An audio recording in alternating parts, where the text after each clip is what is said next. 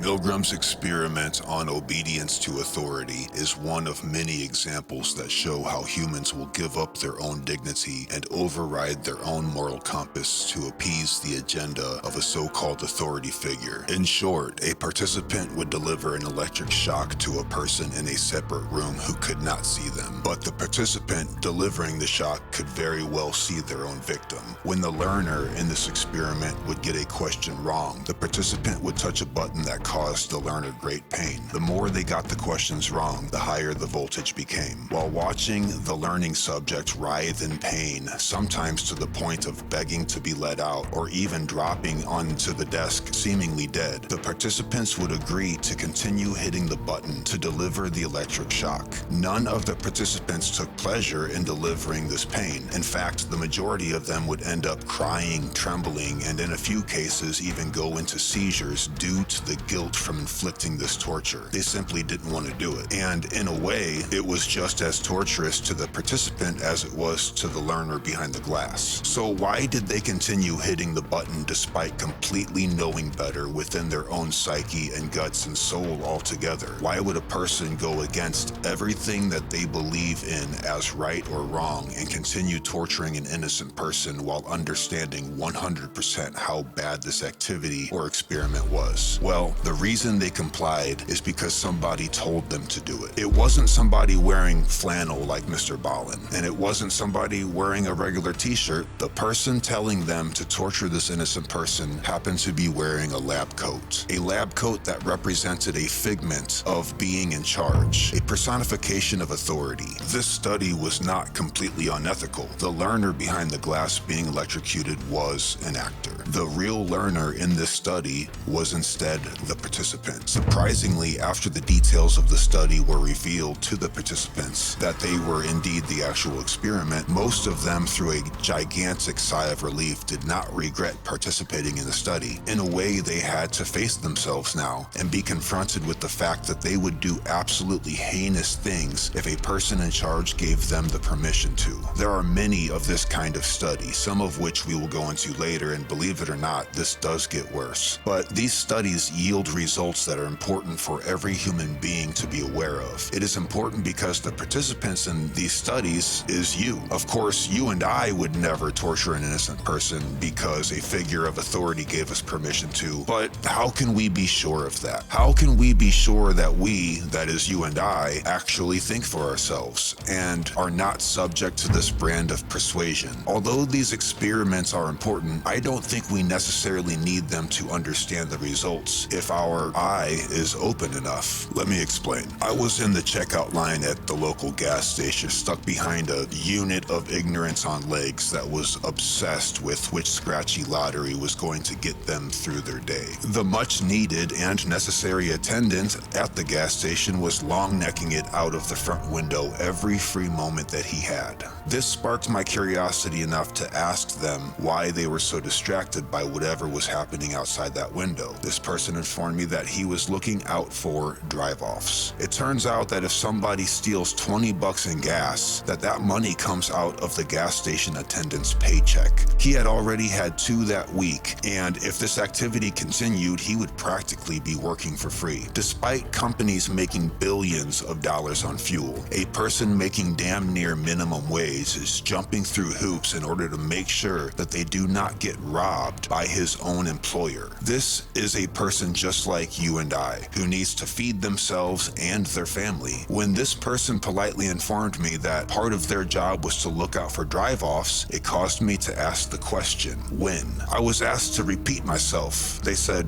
when what? Well, when are you supposed to look for drive-offs? You attend the register, you make the coffee, you mop the floors, and a million other things that going in the back where all the magic happens. All the while, people are getting gas the entire time in multiplicities. At what point are you supposed to stop your duties to the station and become a security guard for these mega corporations? The realization that their job description was not only inhumane, but in fact absolutely impossible. To put it bluntly, the company that he worked his ass off for found a new way to rob him. Not rob him for their own benefit, but for the benefit of the corporations above the owners of the station. They say shit rolls downhill, but this essential essential employee was breaking his back on behalf of people who are currently on yachts eating shrimp that are hopefully completely full of shrimp feces, as they well deserve. But I digress, as that karma will catch up to them without my interference. The point is that we don't need these social experiments to understand the implications of obedience to authority. When it comes to those who take advantage of other human beings using survival as bait, pennies for them is the equivalent of survival for this essential employee. And instead of being rewarded, he is punished for something that is completely out of his control. This example is one of many that I am sure you, the viewer, can think of yourself. One might connect the experiments of Pavlov's dog with the bells and whistles of a factory or a school setting. One might come to understand that, much like Zimbardo's prison experiment, there is an ocean of gap between two equal human beings, one that dangles the carrot and the other one that is futile in just trying to feed themselves. These implications do not rest solely in the workplace, but instead shines its ugly face in almost every facet of reality. To think that this is an accident is as ignorant as the person in line in front of me obsessed with these scratchy lotteries. This flaw in the system is no accident. We have no choice but to connect the dots at this point and understand clearly that this is a design. Those familiar with this channel understand the agenda of the archons, for example. Those in depth with this channel will understand that those archons are most likely projections of our own consciousness. In this way, I implore to you that there is no better example of this esoteric concept than that which is not esoteric at all. In fact, this is what we call everyday life. And like the primordial man of our last video that just needed to survive the predators thirsting for their blood, we now have a new genre of predation to combat. What is the fire that can make us impervious to this exploitation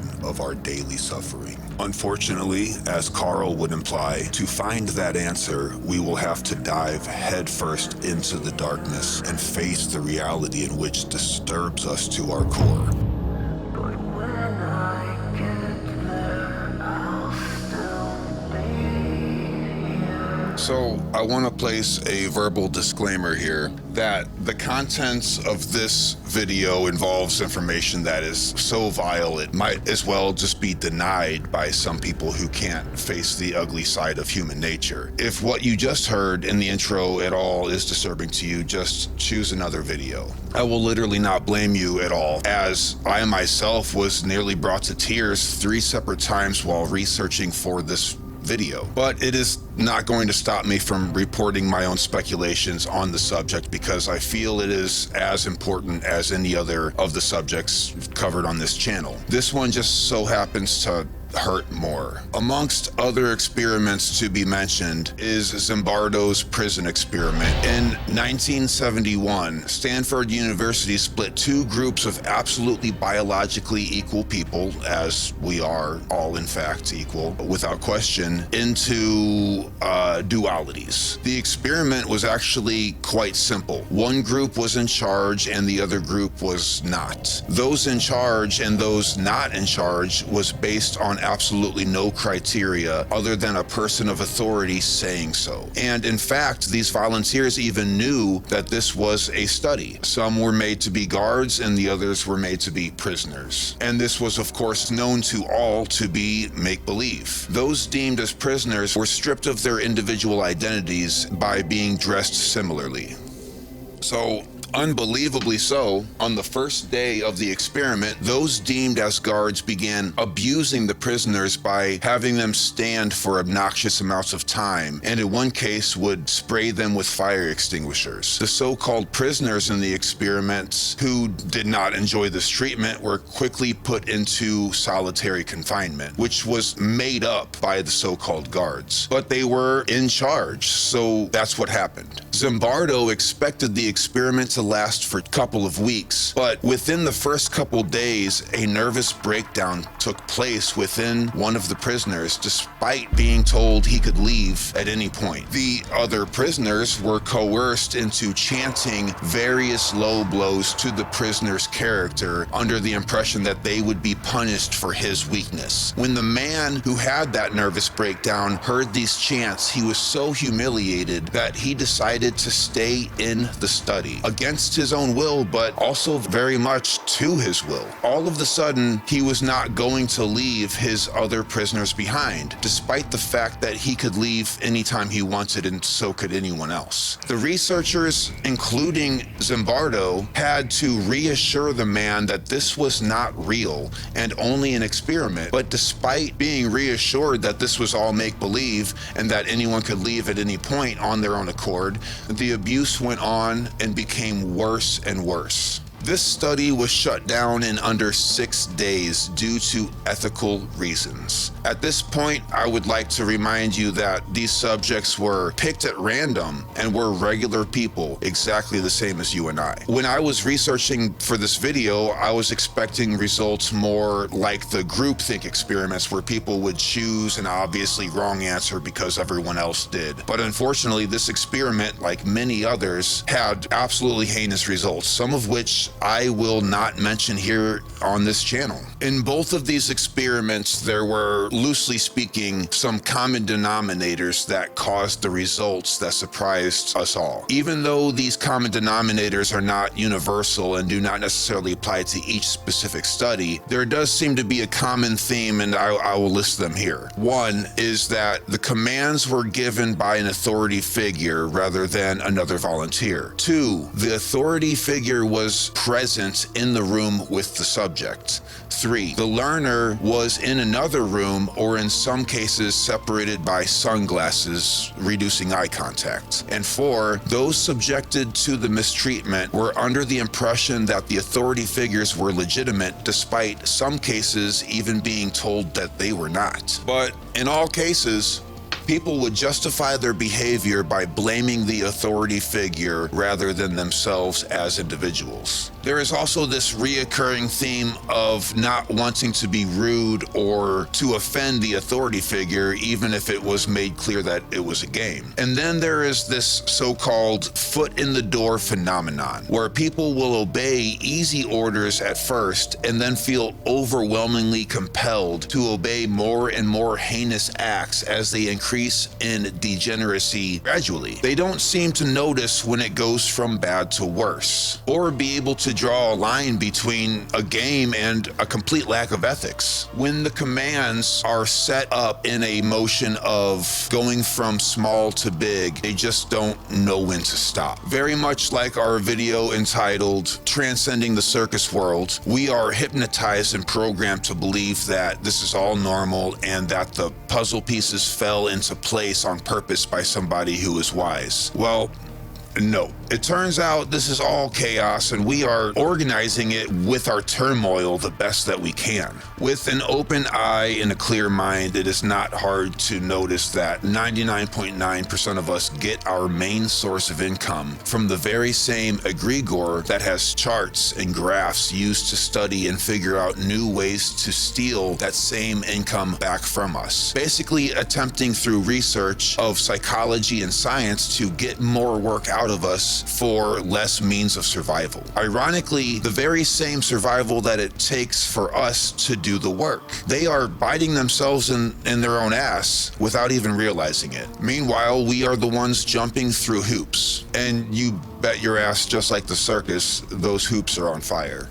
Regular people, just like the subjects wearing lab coats, can make people do terrible things. Regular people who are so-called put in charge of nothing often become abusive, like the prison guards in the previous experiment. We give our freedom and dignity away to regular people because they have been appointed that position by absolutely no objective merit. I find it to be true that the real measure of a man can be concluded by what he does with power. What his character becomes when appointed with a pseudo amount of influence dictates who he is within and without. A perfect example of that involves, well, you guessed it, Money. A child born to parents with money will go to college and get more money, thus having opportunities for power. They will, in turn, have no real troubles or worry in life, thus creating a void and soulless character, like a sleeper or an NPG. Meanwhile, an absolutely brilliant mind born to a family without money might end up working at that very same gas station where fuckface is obsessed with scratchy lotteries. This essential employee, in this case overqualified for this position, knows better, and I tell you, I cannot think of a worse kind of torture. And of course that poor child can rise up out of that suffering, yes, but at an extreme disadvantage. He has to sacrifice so much more of his life and health to get where he deserves to be. Like 14 hours of editing. Cough, cough. While the rich child goes on to become a doctor who ruins health by just following orders, saying, hey, I'm just doing my job. Or in the case of an artist born into money who has no imagination because of his own lack of character, thus painting our entire world more and more gray, despite the meaningless colors that he splatters onto his self-indulged work. It used to be that the artists that died of impoverishment were the ones that we admired. But now it doesn't take much to look at the fine art community to see that the rich, spoiled kids of today have taken over, spreading their lack of talent and character and calling it quality. We can clearly see with our own eyes that this artwork sucks. Let's take a look at the second experiment we spoke of, where the subjects wore sunglasses to hide eye contact. People sometimes become despicable when they are behind a veil of identity obscurity, so to speak. This reminds me of road rage and, well, internet comments. I don't see a lot of that here, by the way. To be honest with you, it's absolutely staggering. In this particular community, I'm telling you right now that all of you are a real phenomenon. Have been very kind and loving even during disagreements. Our discussions are worlds beyond what I have seen on other channels, and it's a vibe. It's a vibe. He says it better. The quick side note being that every time I see a hater pop up in the comments here, instead of attacking them on my behalf, you guys have seemed to comment back loving support, encouraging them to shed their skin. This has happened without my intervention whatsoever. That is so rare on YouTube, I can't help but recognize it and say, holy shit, thank you. But I digress, and let's get back to more of this dark shit. Everyone is familiar with the studies coined as Pavlov's dog. When a bell is rang and food is dispensed, the dog will begin to salivate even before the food is presented. On a lighter note, this reminds me of ice cream trucks, and for some reason, I feel like I don't even have to explain that.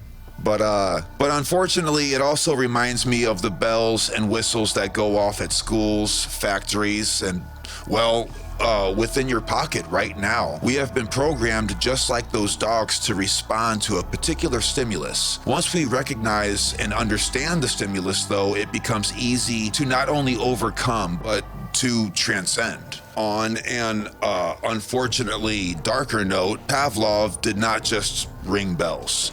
There are studies that show that when torturing a well-trained dog, his training will be erased. Much like a man named you-know-who was recently found guilty of dropping beagles off of balconies to study their suffering. A dog that is put through torture can not only be reprogrammed, but the new tricks, once they are presented after that torture, can actually remain with the dog terminally. This new training cannot be overcome. The tortured being connected to the suffering in the first place seems to override our fight or flight response system. And unlike the previous training, it takes a hold of our core survival mechanism.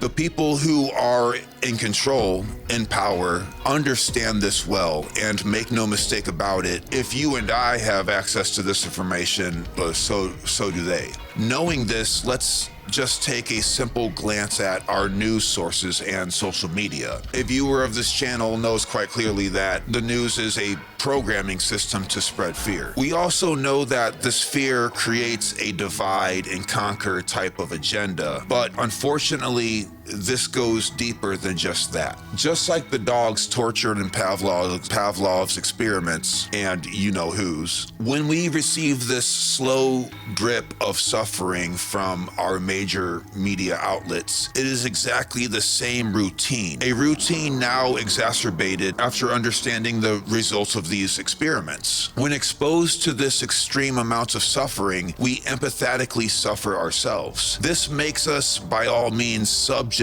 to being reprogrammed, a programming that in this case cannot be undone without bringing the unconscious to the surface of our consciousness, which can be very uncomfortable, but also very necessary.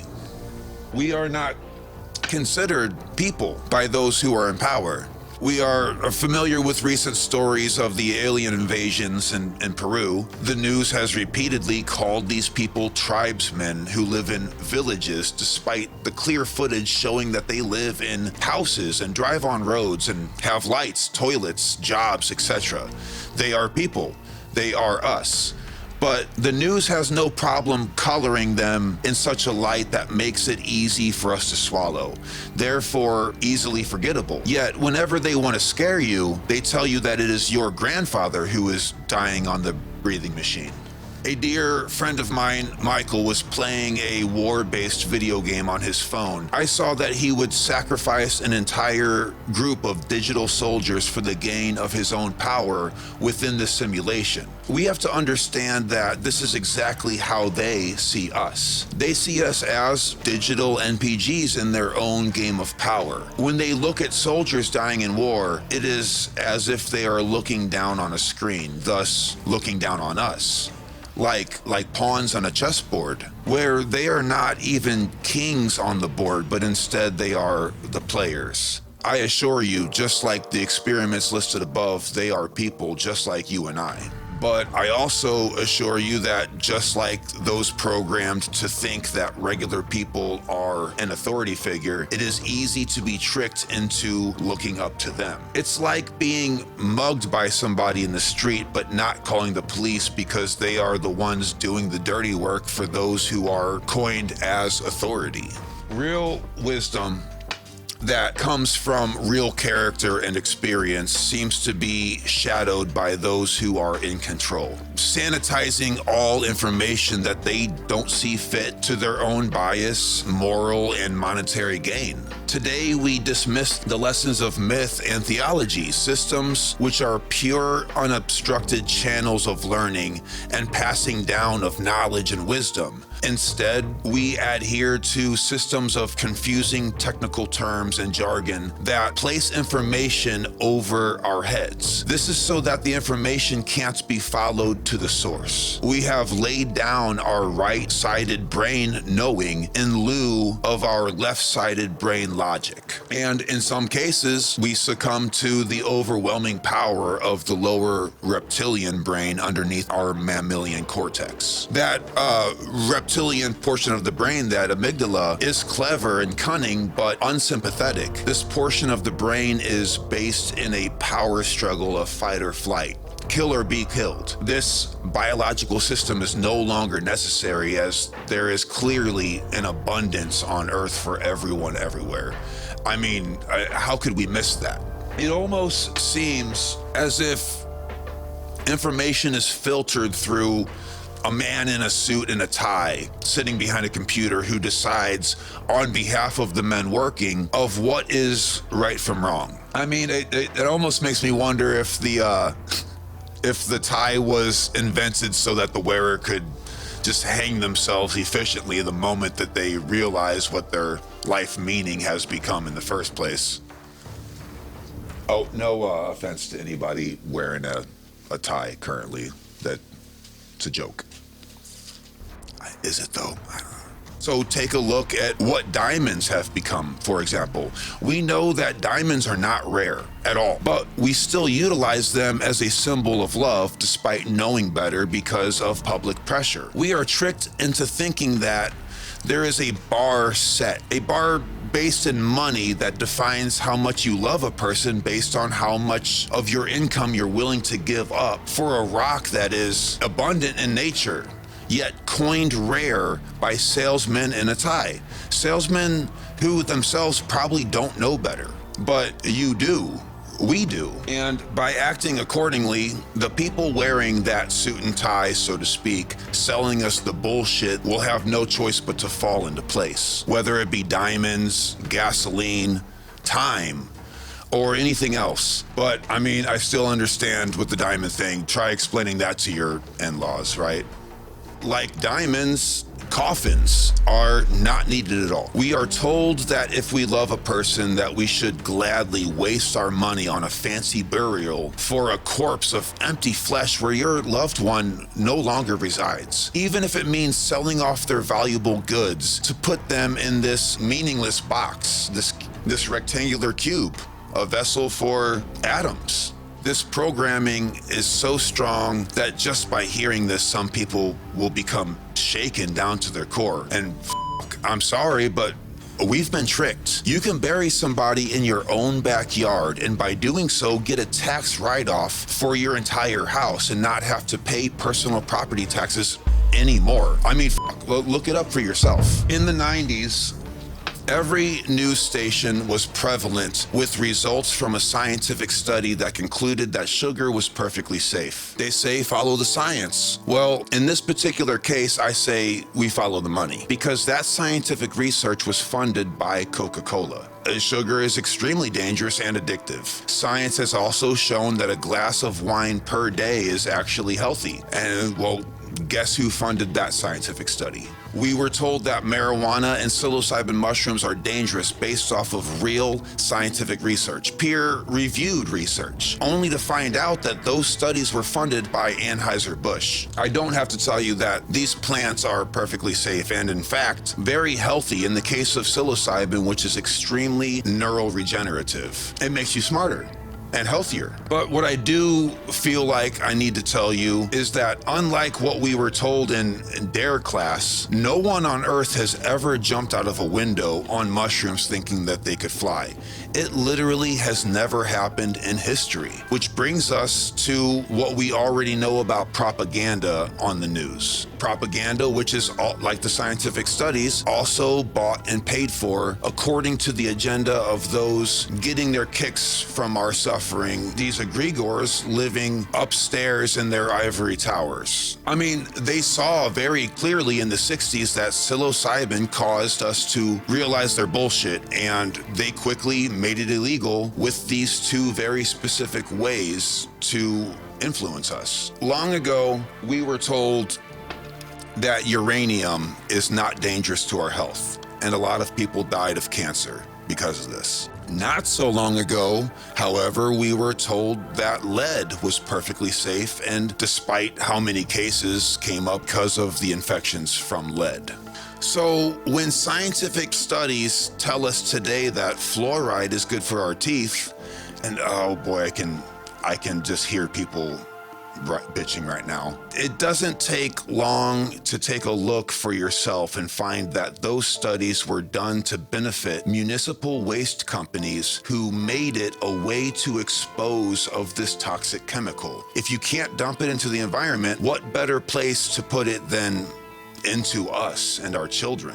The scientific research, so to speak, that said that fluoride was good for our teeth happened in 1901 based on absolutely no scientific merit whatsoever. And it still rings out to this day. The science was flawed. What is not flawed is the studies that find that fluoride makes mammals docile. All of a sudden, the mouse does not have any urge to escape from its cage, or even care to.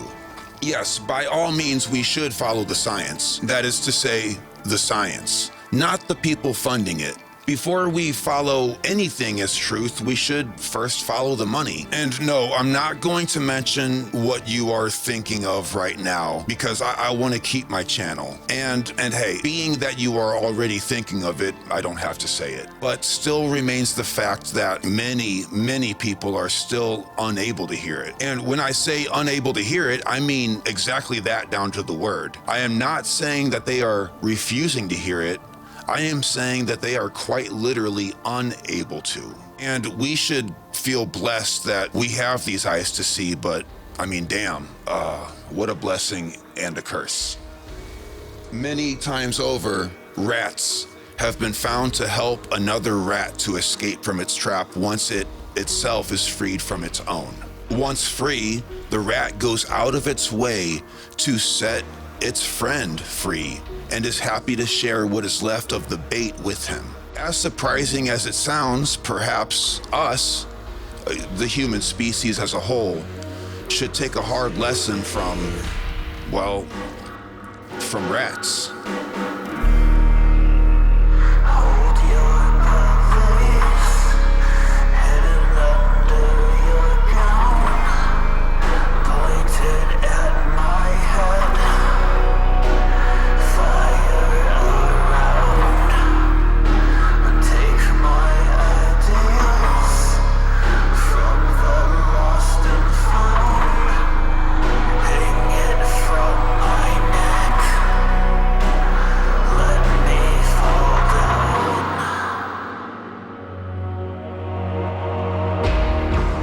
They won't shake your hand unless there's a dollar in it. The money makes a man. You're part of a plan. Man doesn't make the money. Money makes the man.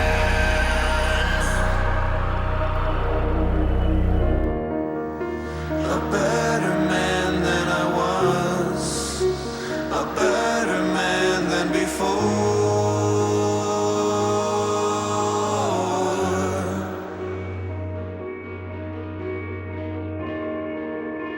A better life than it was.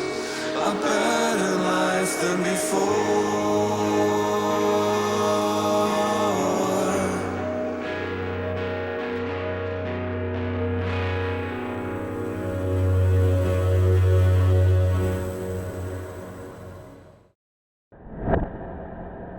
Man will do anything, no matter how absurd, to avoid facing his true self. When I first read these words from Carl, it was on an internet meme, but finding the content surrounding these bars led me to find the breadth and fruit-seeding depth of this quote is so much more than can be slung out as a one-liner. We will address that, but first let's light up this intro shit. Your own pain, anger, and misvirtue are the effects of having a body, biological limitation in this form of reality. We have symbolically called this the cube. This shadow is cast by having a body that fractals out from the light, that being your true higher self. This shadow being dark, of course, is why we call that cube black. In other words, this shadow is an asset to you as long as you have the body to cast it and the balls to embrace it. One may try to become monk-like by avoiding these negative aspects altogether, but this is a dangerous mistake. Wise men, like monks and sages, all the way down to the honest everyday man of kindness and honor, have learned to integrate their shadow and therefore love this part of themselves as the natural format that it is, the animal nature attached to the foot of divinity. Cregan put a thingy here of Peter Pan on that quote. Shit, I wasn't supposed to read that part. But yeah, by avoiding the shadow, we are making it grow. The best thing we can do is to look at it and, in a way, analyze these avoided puzzle pieces of the complete self to find out where they come from and how they emerge. Doing so will help you control and harness these nether regions of the psyche. This dark part of the mind is half of what we are. Cregan put an image of Two-Face from Batman. That'd be rad AF. God, I did it again. And to become a whole entity, we must wear this as a garment, properly and gracefully. This video is meant to capture real, visceral shadow work, a phrase that has become trend and thus gravely misunderstood. This is the art of having a sword, but keeping it sheathed. This is how we use our pain as fuel.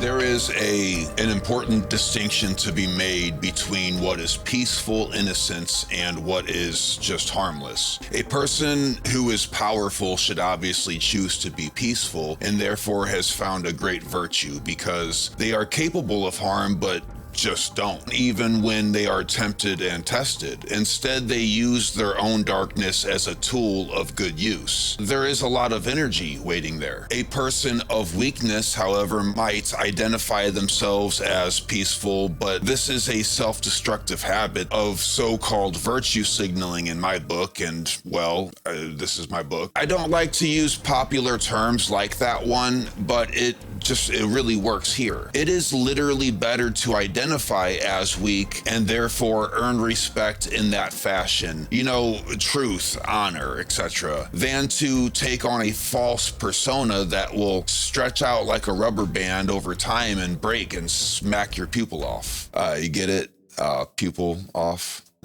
Okay. Anyways, the denial of vulnerability is as much a part of the shadow as one who does not keep their sword yielded, thus becoming coarse and surly. To admit your weaknesses will lead you directly to your strong points, and that's a fact. For example, I have a lot of feminine energy up in this bitch. I enjoy arts and crafts, poetry, and playing with kiddos and kittens, as you've seen. So when I entered my field of work in construction, there was a temptation to act as tough as the other men before me, to become one of the guys. But I understood Jung and Campbell enough to realize that this would get me eaten alive. So I did exactly the opposite. Bringing intellect and creativity to the table led to several opportunities within that rugged world of construction, a world that turns out is in dire need of outside of the box thinking for problem solving. This trueness to oneself helps us identify how and why we judge others, oftentimes based on no criteria. We judge people and we don't know them. It's weird. The way you hold the idea of a person in your mind is only one version of that person that differs from everyone else's version of that person, making that notion of them unique to you, therefore, is just an extension of you. Basically, what you find good about that person is what you like about yourself, and what you find repulsive in another is where you struggle within yourself. That is where the shadow work enters the picture. A practice that will lead you headfirst into anger, that is to say, healthy anger. It goes without saying that anger is just fuel for poor decisions. Bruce Lee once said, "A man is at his worst when he does not understand himself. He will work to accumulate external securities rather than do the inner work that will bring true security and rootedness." So cultivate and school yourself. If a wolf, for example, has what is considered to be too many cubs for the pack to care for, it will eat the weakest newborn cub. It is an act that seems abhorrent to human beings, and we assume that it is because we are more advanced. But we don't consider that this act leads to the betterment of the entire pack and can, in a strange way to us, be considered an act of love. Ants are an example of many creatures that do terrible things according to our standards of values, such as rape, war, and child labor. When these activities take place, we study them as nature and don't try to intervene or explain our values to them. We do, however, take a brutal stance against those of our own species that only differ from us even slightly. We judge them as if we are correct, and our point of view is centered on some kind of absolute righteousness. This just goes to show us that the nature of another person's wrongdoing reminds us of ourselves in a personal way, whether we see it consciously or not. Modern psychology has begun to understand that anger is not a prime emotion. It does not exist on its own merit, and there is no external forces that can cause you to feel anger. It seems as though anger is a cover emotion to mask fear. When we feel fear, there is a response to external forces that oftentimes manifests itself as hatred, and jealousy, which also too seem to be masking fear. This is especially true in men, who at a very young age are taught to not feel fear or other emotions of vulnerability. This agenda is like tradition and utterly futile, as fear is indeed a prime emotion that we cannot avoid while in a human body. That cube is fitting to cast a shadow, but chill. Instead of teaching our children to avoid feelings of fear, we should teach them how to harness that primal drive and utilize it as a tool. We can better tune the energy of anger and jealousy when we realize that we are merely fractal byproducts of the unavoidable biological fear-based nervous system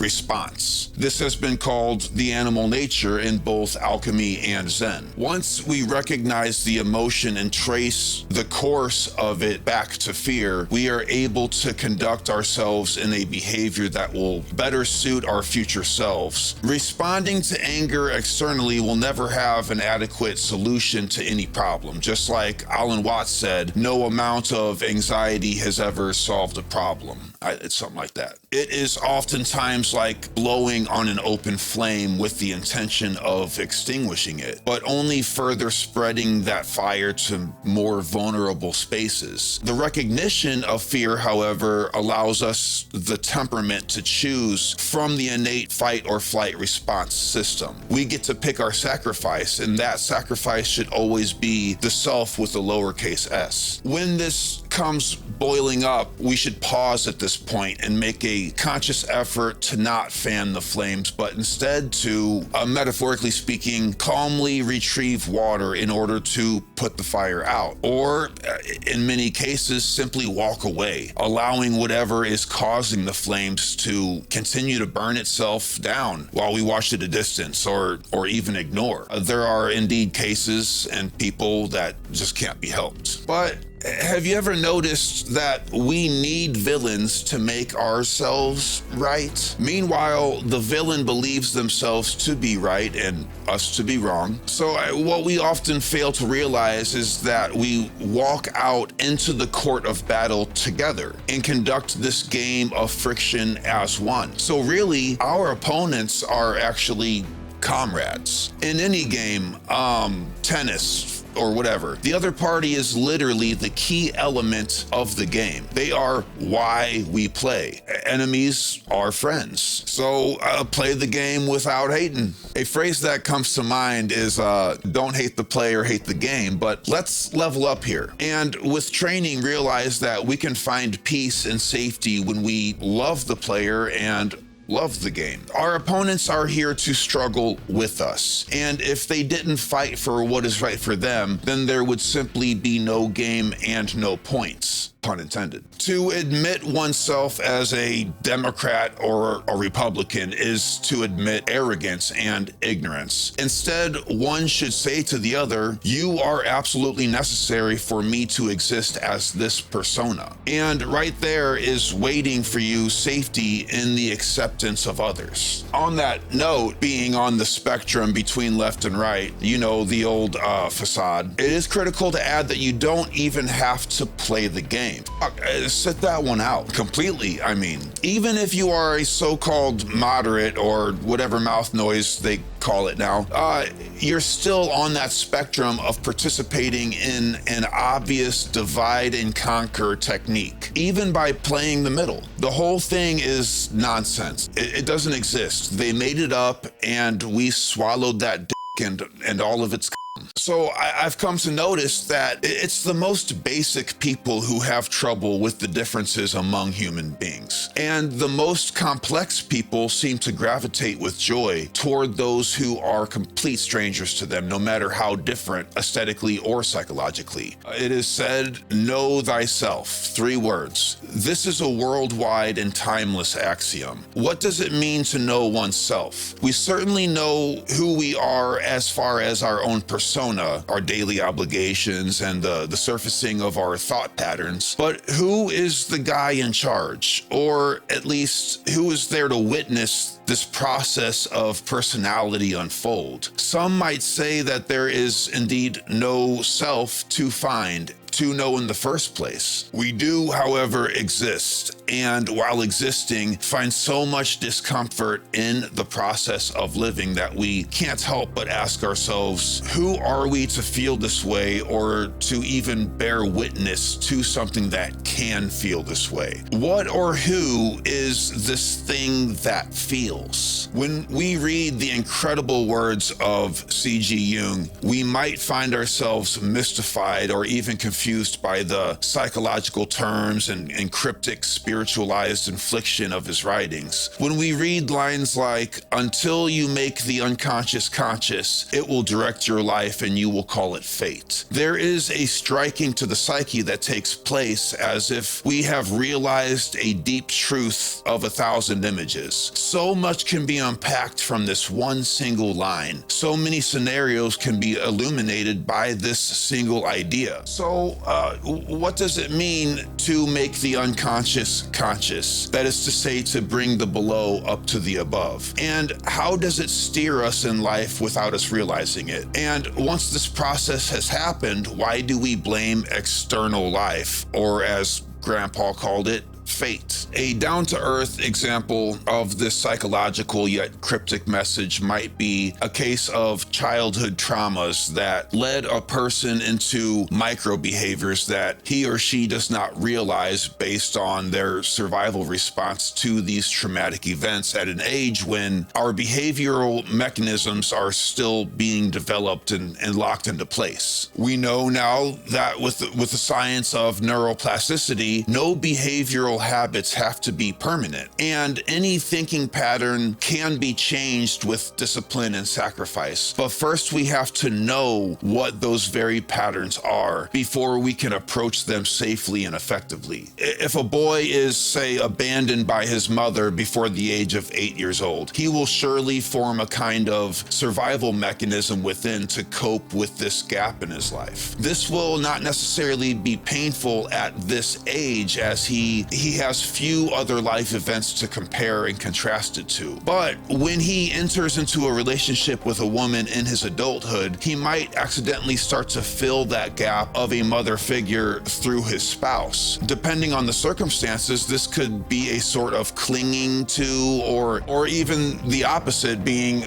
like a dominant resentment, both of which laying dormant, waiting like a serpent coiled. Again, there is a lot of energy there that can be harnessed, but without knowing his programming prior to his relationship, he will begin to express that serpent in small ways that lead to patterns of living. And this, of course, will cause friction within and without, oftentimes destroying the otherwise healthy relationship. So now we might have a case where prior trauma did not result in any physical health issues, but now causes a flow of cortisol and other chemical defense mechanisms that will alter and oftentimes decline the physical health of the person who doesn't even know that they had the trauma. Ignorance is not bliss. Let's get rid of that axiom. It's useless. We have to recognize these patterns before moving forward.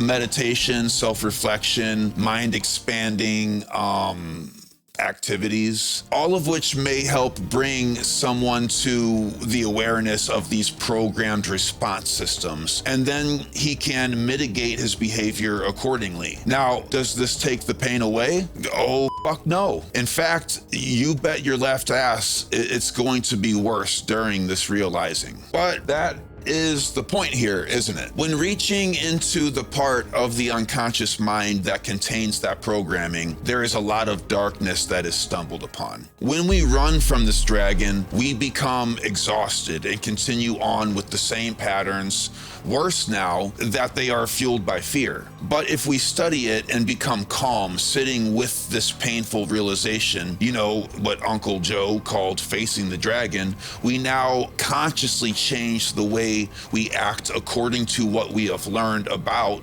that which we hide from ourselves. This is hide and seek within, but just dark as fuck. fuck. Now that the unconscious has become conscious and the below has been brought up to the above, the dark has been brought into the light, and you've heard all the axioms, we can begin to behave in ways that favor our preferred outcomes as long as they are in service to mankind. This is the Hermetic law of cause and effect, except this time we are manually causing the effect on purpose, with purpose, I should say. This betterment leads to a life that once accidentally might have been abysmal and thus blamed on fate. We make subtle right turns instead of one giant drastic one. I mean, unless you want to do it in one drastic move, that's cool too, but it is a bit riskier to the sanity you got there. So we can now take what others call fate into our own hands and program the surrounding reality instead of the opposite, it programming us. What we thought happened to us is really to be happening for us, as long as we have courage to open that box containing our darkest forms of programming and negative archetypes. To quote Anandamaya, the bliss-permeated mother mentioned on this channel a few times now, she said,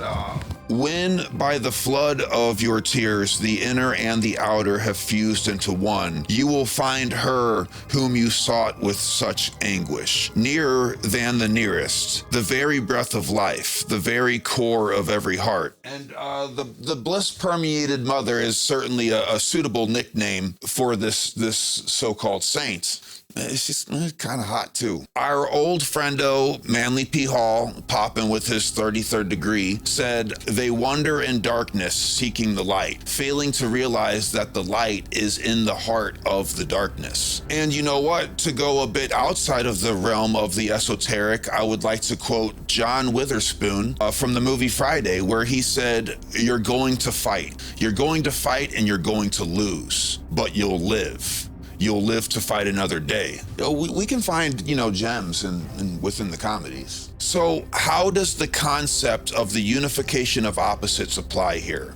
Let's get hermetic for a moment, or even in Zen, what is called the middle path. This idea can be said in such technical and cryptic fluff, but the idea is simple if we use a metaphor. Imagine a rubber band between your hands connected to a center point, say a slingshot.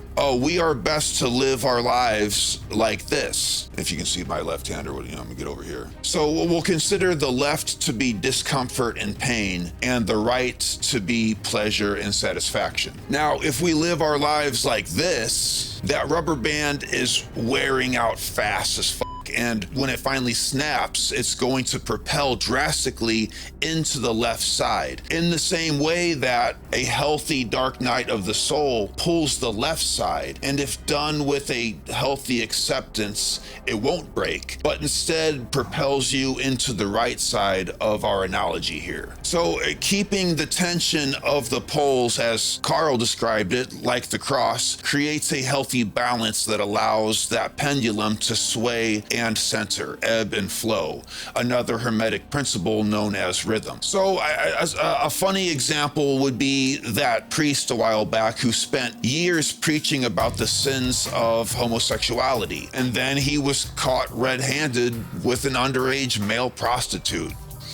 Whether he knew it or not, he subconsciously put himself in that position to be caught. He lived his life pulling this rubber band as hard as he could to the right. And then, of course, blam, it slung him headfirst into the left side over here. Now, so what would have happened if he had unified those opposites and simultaneously admitting his weaknesses openly, like we said at the top of this video? He might have preached about his own struggle with homosexuality. He, of course, for some reason feeling like it is immoral, denied that part of his animal nature, and therefore the subconscious was not brought up to the conscious, and it controlled his destiny, and he called it fate, considering that he got caught. And I mean, he lost everything. And I mean everything. But had he openly admitted that he was struggling with this part of himself, that rubber band would flux gracefully. And despite having haters along the way, he would have not found himself in the despair that he is in now. And might even still be preaching as a unique and a one-of-a-kind honest preacher. And on that note, there is no secret to all of you that I struggle with drugs and alcohol. Yet I get up here and I sling words about the importance of sobriety, words that I believe to be true. If I denied the addict within me and thus acted like that preacher against substance abuse, one day I would surely relapse and be seen as a fraud, thus losing all of this. My personal shadow haunts me on a daily basis. There is no way to ignore it, so I don't. And now, like the beginning of this video promised, I would like to show you firsthand the benefits of admitting your weaknesses and using them as a tool for good. The kindness that you all have shown me in this journey has changed my life. So, that being said, I have never asked people to comment for the sake of boosting the algorithm. But you know what? I'll say this. If you have something that you struggle with internally, and only if you're comfortable, please feel free to share it with this loving community, and maybe even be surprised as to how many people smash the love button for you and comment that they are also the same. Because I promise you this, we are exactly that, the same. Hi, my name's Pencil Pecker Pete. My shoes are too big for me. Sunglasses indoors to hide my true identity. I put a smokestack on my truck. You gotta get her drunk before she'll fuck. I hate on everyone, but I'm the one that sucks. When you blew your wind in my house of cards, I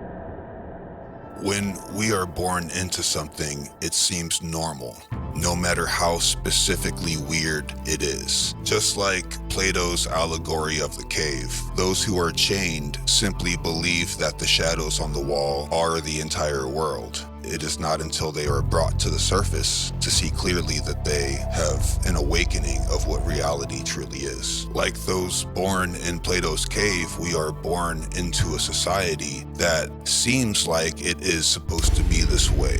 But what if it isn't supposed to be this way? And in fact, what if it is a giant trick or an agenda against us? More importantly, how do we grow eyes to see something that we have been programmed not to see? How do we grow eyes to see something that is so close to our face that we can't seem to focus on it? And why is this problem so close that we can't focus on it? Well, the reason it's so close is because that thing is us. We have to ask ourselves, what effect can this society have on our psyche and the self and our persona when it comes to our place in the world? And what would it take to be able to see something that we are indeed blind to?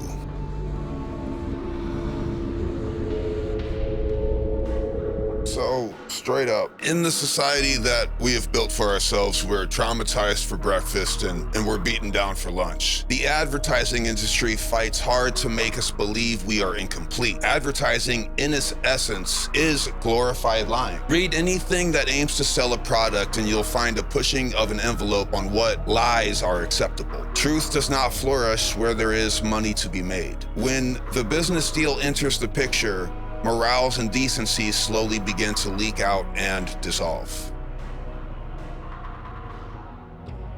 Anyone selling to you is parallel to disregarding your well-being.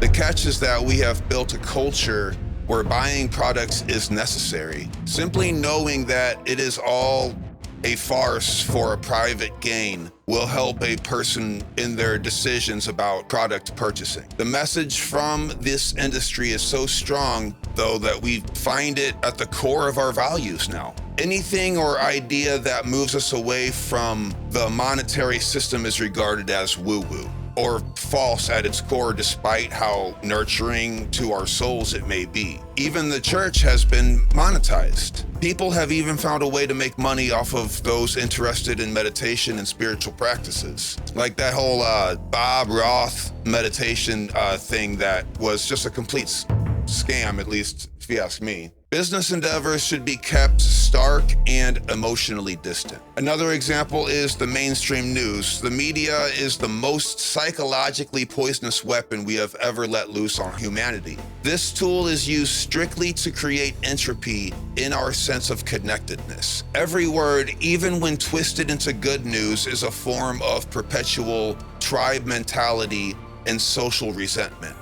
It'll constantly remind us that our neighbors are out to get us and that crime is so prevalent that we need not to connect with strangers. It's used as propaganda to gain permission from the people to go to war and to spend endless dollars on absolutely unnecessary agendas. This media format has tricked generations of people into thinking that plant medicines and mind-expanding hallucinogens are somehow dangerous to our health. This media form pins young against old, black against white, rich against poor, native against immigrant, all the while distracting us from those who actually mean to harm us for their own gain. Things like great archaeological discoveries, scientific breakthroughs, stories of companionship and humanity, the rising of the people against suppressive leaders, and many other inspiring events, they just simply do not make it into this vast network of belligerent fear-mongering that is the media.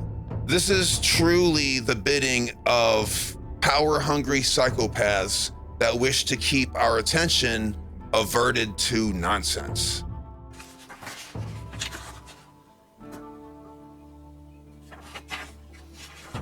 William Casey, the CIA director, in 1981 is quoted as saying, "We'll know that our disinformation program is complete when everything the American public believes is false." Our format for public schooling was developed in 1837 to prime human beings for production in a controlled and paced factory setting. Strict timing set to bells and a tight schedule with repercussions for those who do not obey or cannot conform to a wildly specific and abstract way of learning is meant to cut children down from potential and fit to a mold meant for the optimization of money and work for another person or the established machine of which we all are the blood coursing through of. We're not taught anything except for what we needed to please the masters of business and manufacturing. While art and philosophy are included in many curriculums, they're often rushed and watered down, formatted in such a way that you must copy what has already been achieved by those before us. History has been diluted and swayed in favor of those who were fortunate enough to pass these facts onto the society that turns these false narratives into textbooks. Indeed, history is just a lie that we all agree on. We are meant to believe that everything is already in place for society, and we are meant to keep it perpetuated in a cycle. Nothing could be further than the truth. Now, more than ever, we need an upheaval of the learning system where students are allowed to question what they are taught and given opportunities to make drastic changes to the axioms that we hold dear. A war reigns strong and silently against intellectualism and private consciousness. Culture has tried to convince us that men should be beer-swigging, sports-watching, hard-working machines of production, and women are meant to be silent caretakers of men. It is such a powerful narrative that men who dabble within the arts of poetry and philosophy are downgraded by their peers as subsufficient. Children with active imaginations are told to grow up faster. This problem should be held at the forefront of things we need to fix about this world. This idea needs to be analyzed, understood, and by all means destroyed. The enigmatic Plato is quoted as saying, "Those who are able to see beyond the shadows and lies of their culture will never be understood, yet alone believed by the masses." We speak of ideas and inspiration while wearing these virtues on our sleeve. Sure as can be, though, an ignorant objection will come to snuff our lights in the form of these dramas. We should walk away. While sometimes fighting is needed, we should realize that these values of drama destroy themselves. We don't need to be there for it. We don't need to perpetuate the destruction of what is already self-destructing. We don't need to attend. There is never a reason to feel left out of this circus. It is as if the human species doesn't have genuine problems anymore, so we just make up our own. We're truly the sleepwalking children of the cosmos. To beat a devil, one must become a devil himself. But this should be a fleeting and temporary transition into better things to come. The symbol of the bull, so capable of doing damage with its horns, although tameable, has very dangerous abilities. This bull symbol is synonymous with the image of the crescent moon, as it is temporary and not eternal.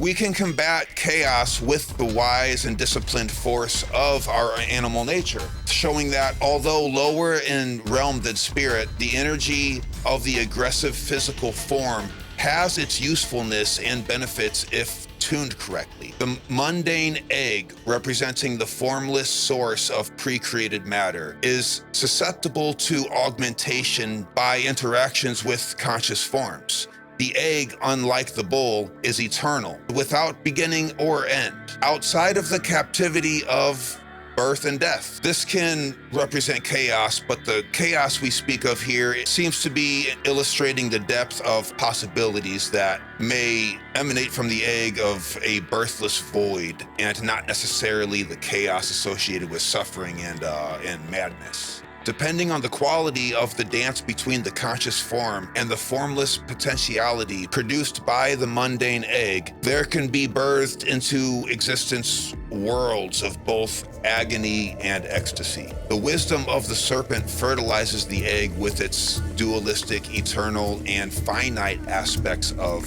knowing. The golden bowl can affect the so-called egg of chaos, the accurate use of power and force. The serpent is subtle in nature and the bowl is of gross physical form, so to speak. The marriage of these aspects within the self give way to righteous augmentation of the world and events conducted by the protagonist, which is you. The protagonist who has perfected the grand union of the subtle and gross energies. The subtle energies within oneself have the capability to detach from the rigors and dramas of this circus world, known in Sanskrit as samsara. This is essential in the attempt to be a watcher of worldly things instead of being governed by them. However, when the subtle energies are brought down into the lower realms of the gross matter, by the will of the protagonist, he can mold and shape the attributes of the physical world to his liking, so long as he is pure with his heart's intent.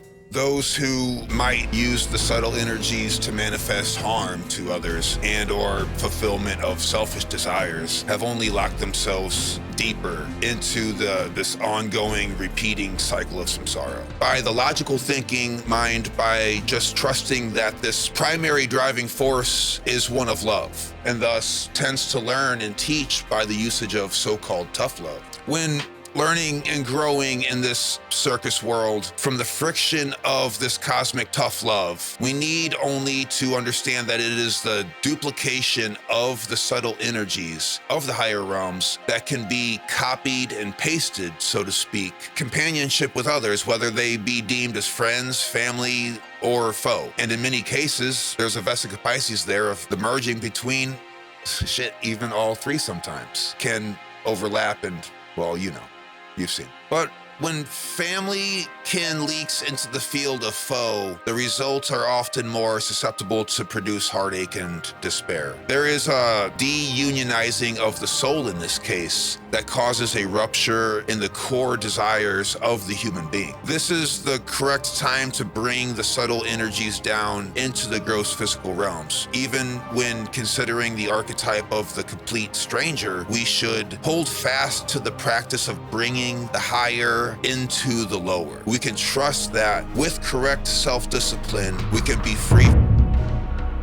Through the subtle, we can influence the circus, emit the trusted process of the greater agenda through his or her individual personality and goals.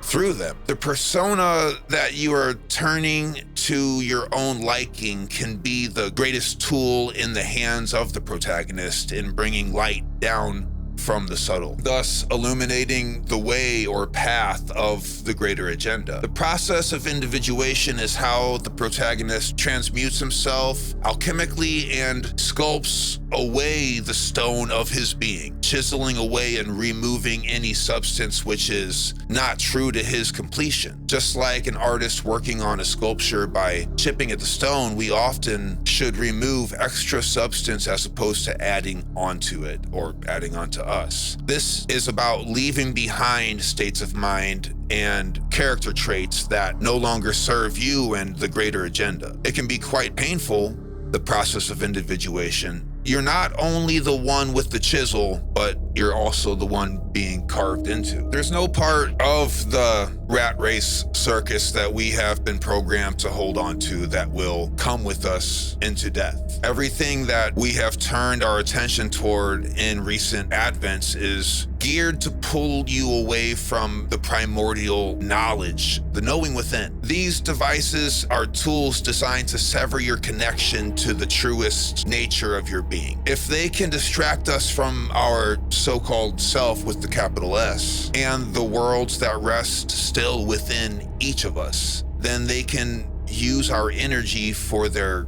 own gain. Considering we will be expelling our energy outwardly as we consistently do, especially in the cases of suffering. This negatively charged energy is perfect for the conception of consuming and birthing a desire to consume. When we have pulled away from our preformed eternal source, we are weakened by the lack of nourishment received from the source. It causes us to feel the urge to need things that otherwise we would only simply want as opposed to need.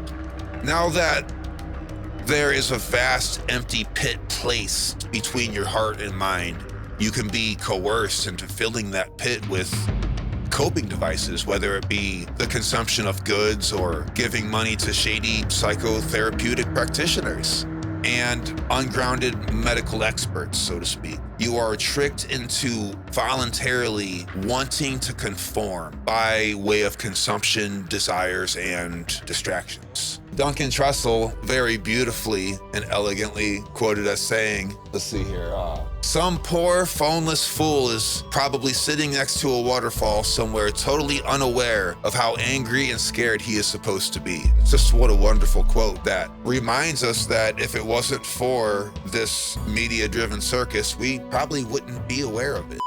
To assassinating those who ask us to live harmoniously and develop our own character to the point that we no longer need governing forces, there is another type of person who seems to die off or go missing very often. This time not necessarily assassinated, but die under very mysterious circumstances. Let me go ahead and make sure I get these names right. These all have a common trait, which we'll get to.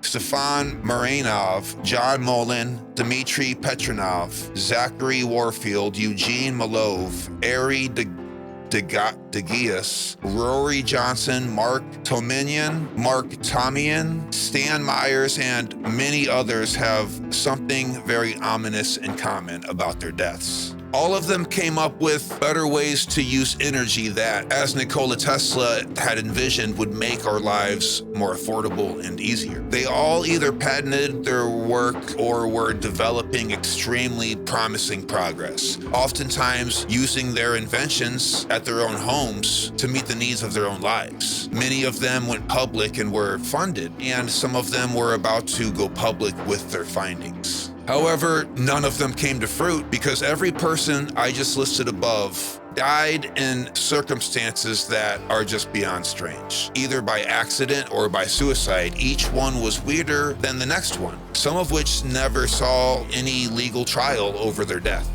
So it's safe to say, if you want a better life for the people around you and you have a wonderful idea that begins to gain momentum in the public eye, it seems as though you might be digging your own grave.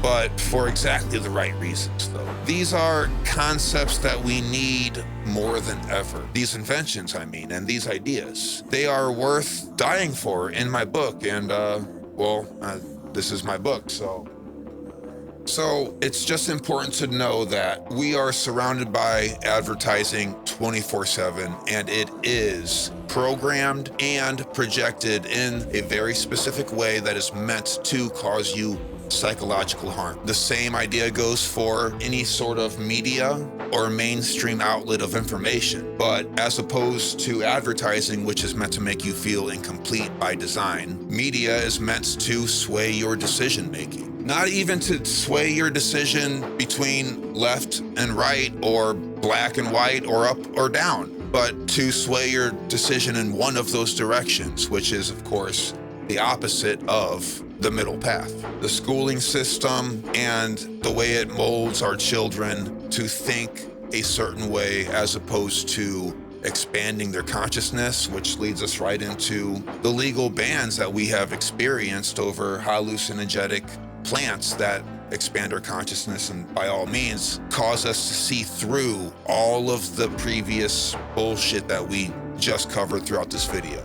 Simply by knowing that this system is by design creates the best weapon that we can have right now, as opposed to moving in the direction of freeing ourselves from those chains. How do we transcend this circus? Well, let's look at each one of these figures that is being presented. Advertising is meant to drag you down and your morale. Education is meant to dumb you down. Media is meant to divide you from your neighbor, and government is poised to control you and make profit from your efforts. What do all these establishments have in common? One trait that I can think of is distraction. Distraction from the self. This self, of course, being the common denominator of all human life and mind, the singular force that causes us all to essentially want the same thing, that is, freedom and comfort, which ironically are oxymorons. They're oftentimes opposites. Freedom and comfort just don't come together simultaneously. One has to lead to the other one. This is an important distinction to make. That distinction takes wisdom. Not knowledge, but wisdom. And I think that is the only alleviator common to all of these established problems that we have running wild in this circus world. With wisdom alone, we are able to not only transcend this problem, but also transmute it into something of value. The difference between wisdom and knowledge is quite vast. Some might say that wisdom is applied knowledge. But if you look at these elements of the circus, we will find that a person can have the knowledge that advertising is trying to drag them down, but wisdom is what it takes to remain stoic in the face of that. Education can give you a world of knowledge, of course. However, it still leaves you thirsty to being wise and privy to the ways of living.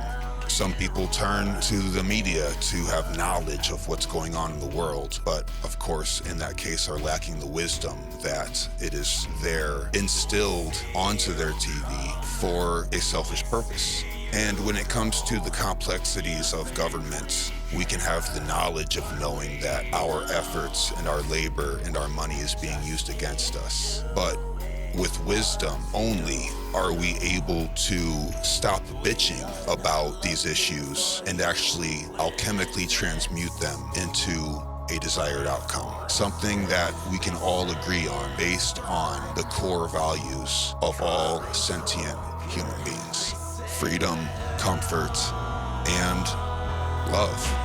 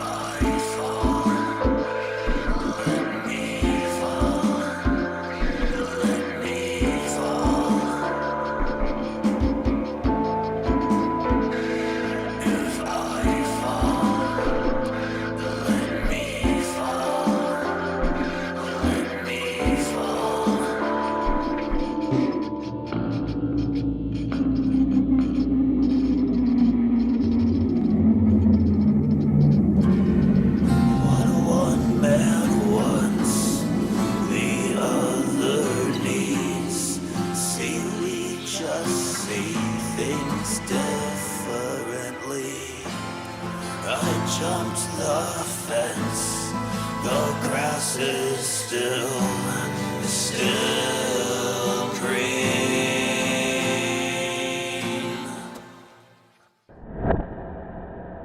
A theory of ley lines might show there to be places in the world where the barrier between this world and the causal is thin. The Yuga cycles have shown us that there are times in this world that thin this threshold as well. Shamans have shown us that there are people in this world that can interactively access the barrier. DMT has shown us that there are chemicals in this world that blast away the very same door that keeps us from understanding what's on the other side of this green layer we live on.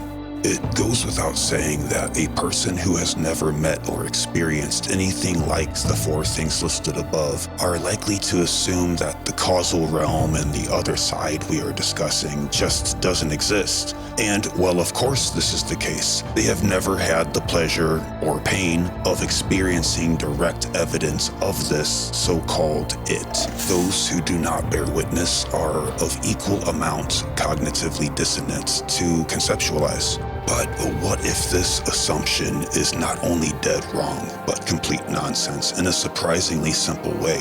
What if every person on Earth, down to the most hardened skeptic, is in fact a witness to this impossible world 24/7 and they don't even realize it? What if their own choosing of brutal skepticism is ironically the strongest bit of evidence possible? What if the spirit world is so close that we assume it is somewhere else completely, and this notion is what causes us to think we need one of the four things listed above to interact with beings on the other side? What if it was made obvious to you today that the other side is right here and right now? What would that change about the world? Well, like a Zen koan, this seemingly paradoxical way of experiencing reality is so utterly simple that we all knew all about it all along, even Sean. But before we get there is a bit of ground we need to cover first. Let's take a walk in the toe shoes of a prehistoric person. First things first, realize that just by hearing the term prehistoric, your programmed education kicked in and made you think of a caveman. Hey, it happened to all of us, and you are certainly not alone in that. This vision of a hairy dude throwing a rock is embedded deep into our mind as an archetype. So we think of it that way before we even get a chance to choose to.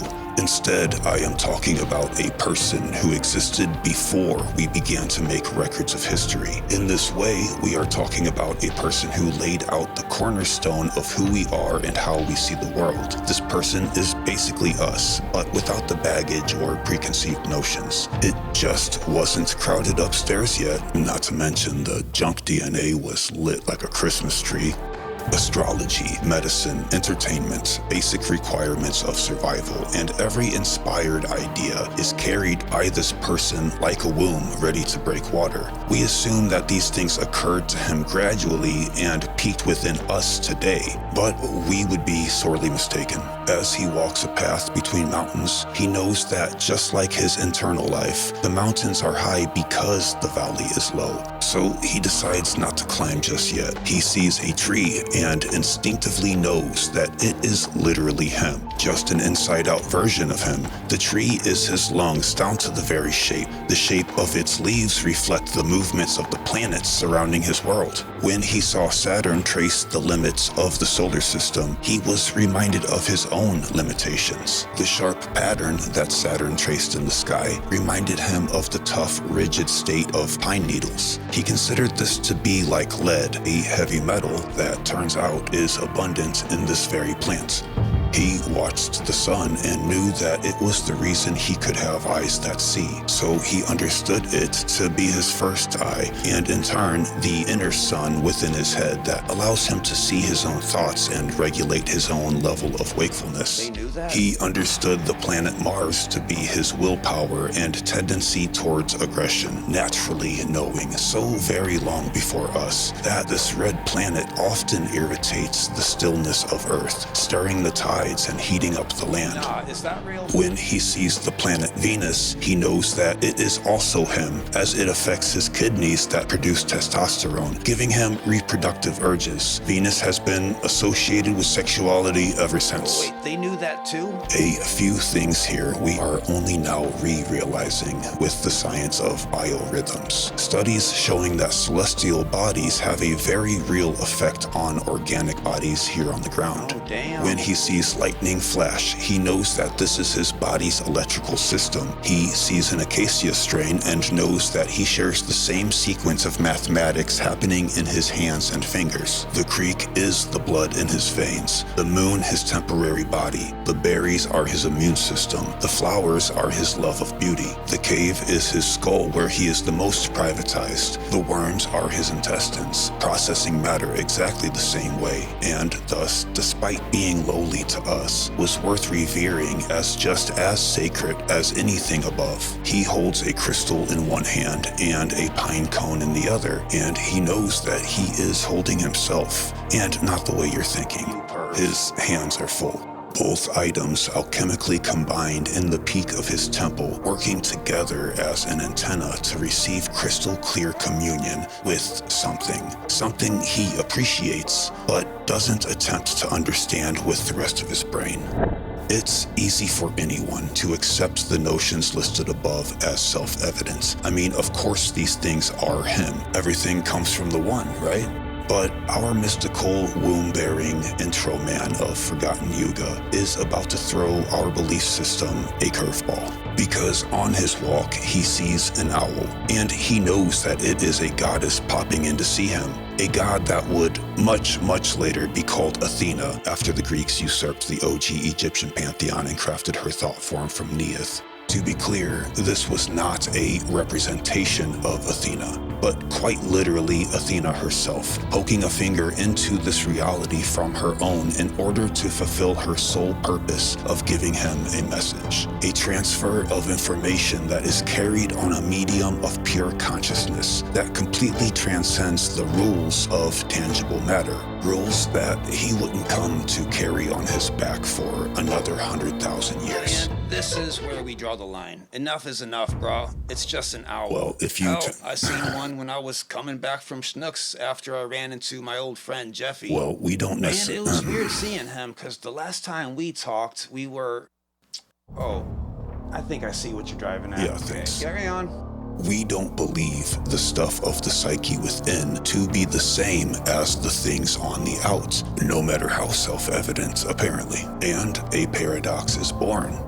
Mystical intro man might have been right about all of his other observations, but he is wrong about this one. He must be wrong. After all, it is, for lack of a better description, impossible. And his mistake is that he has not yet outgrown this fantasy world of old, you know, like we have today. Our matured and adult world of today. A world where we have finally replaced ridiculous notions like Athena with sensible ones, like credit scores. Replaced a hardening quest of exploration with an everyday drive to work. Replaced cheesy lifelong bonds of brotherhood with necessary tolerable acquaintances. Replaced dumb healing rituals with everyday cups of coffee. We have finally grown up to know the difference between what was once a silly wonderment of a spiritual reality and what is actually real and certain. A career job at Cosmopolitan magazine discussing what shoe colors are appropriate for autumn. Spoiler alert, it's not purple. How did we go from hundreds of thousands of years of such blissful simplicity to utter maddening specifications and preferences so quickly? Why do we openly criticize people who wish they didn't have to participate in our games? Otherwise, you get locked up in a jail cell for not understanding how taxes work, while saying, I never asked for this.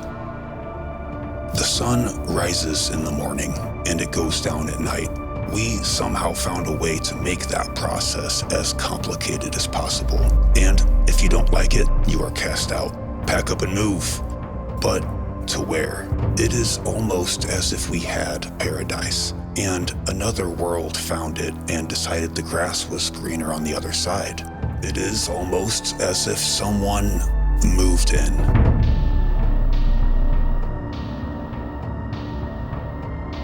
Schopenhauer insisted that as soon as you try to put a thought into words, it ceases to be true, and mystics the world over couldn't agree more.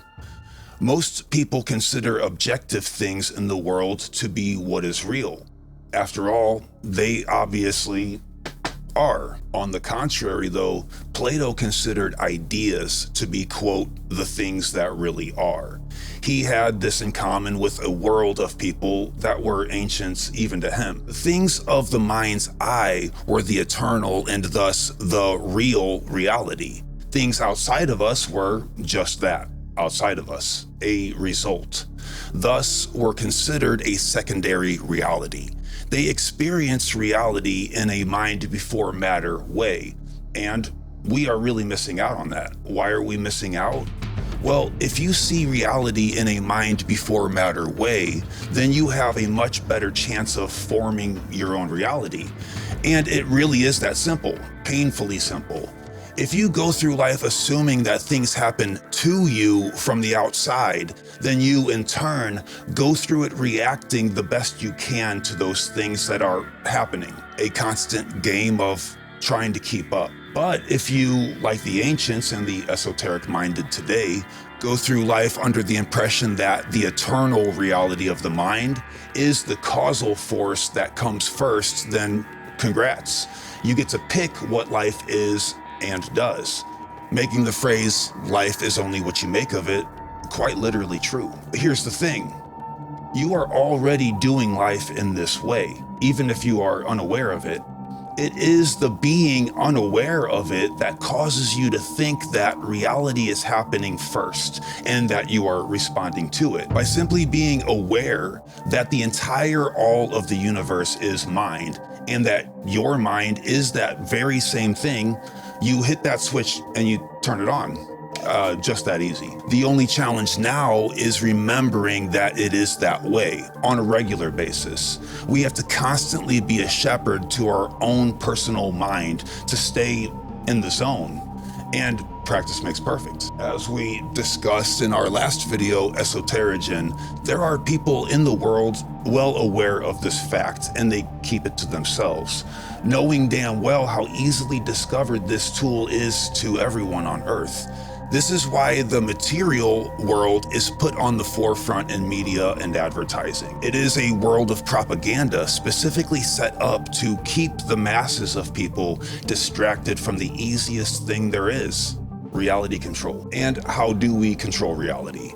Well, by using the gift that we are all born with, the freedom to choose our own thoughts. We need everyone on board though. The more and more the amount of people that know of this superpower, the more and more good people, that is, everyday individuals, come to have it. We have been led to believe that an average everyday normal guy is bad, but this is a mistake perpetuated by media to fool us into thinking that we ourselves are the bad guys. It's a top-down tool used to cast us into chaos so that they can sell us the solution. An agenda super obvious to anyone with basic pattern recognition. Look at it like this. If I throw a pebble into a pond, it will make ripples that go out in all directions at once. But the ripples will dissipate over distance and lose its effect by the time it would potentially reach the other side of the pond, no matter how powerful the pebble. It is limited in this regard. Its expression is localized to its source.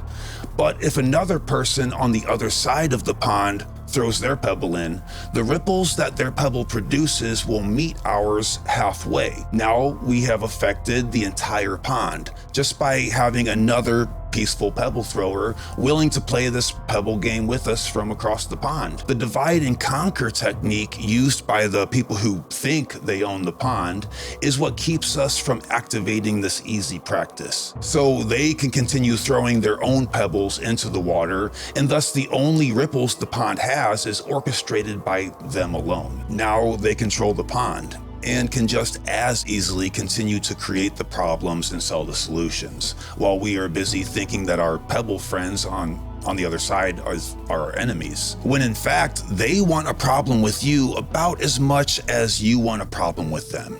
None at all. We should stop and ask ourselves, though, why is it so difficult to shepherd the mind in the first place? I mean, really, what is the original reason that our thoughts run wild without us? If we found out what that reason was, could just being aware of that reason be enough to not have to play the role of shepherd so damn often?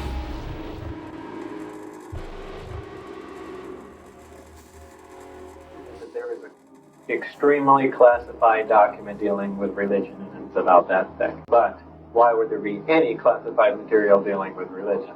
I want you to say it. It's so far out. All right, your objection has been noted. Okay. What does it say?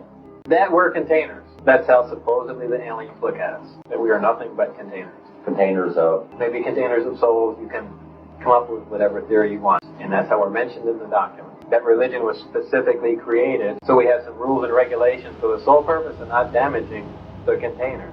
The biggest ope that humanity is guilty of today is thinking that we know our own history.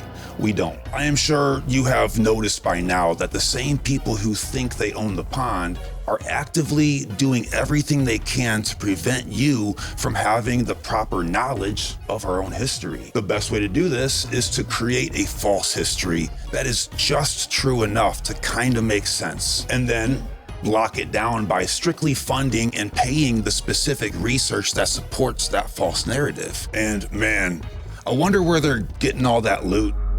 Oh wait, that's right. Us and our Pebble friends give it to them willingly, because that's what that very same history has set up for us to be normal. Golly, bamboozled again. If we look back to arguably the earliest civilization to leave written records, we found out that spirits were not considered supernatural or at all anything weird. It was an everyday occurrence, and I mean daily.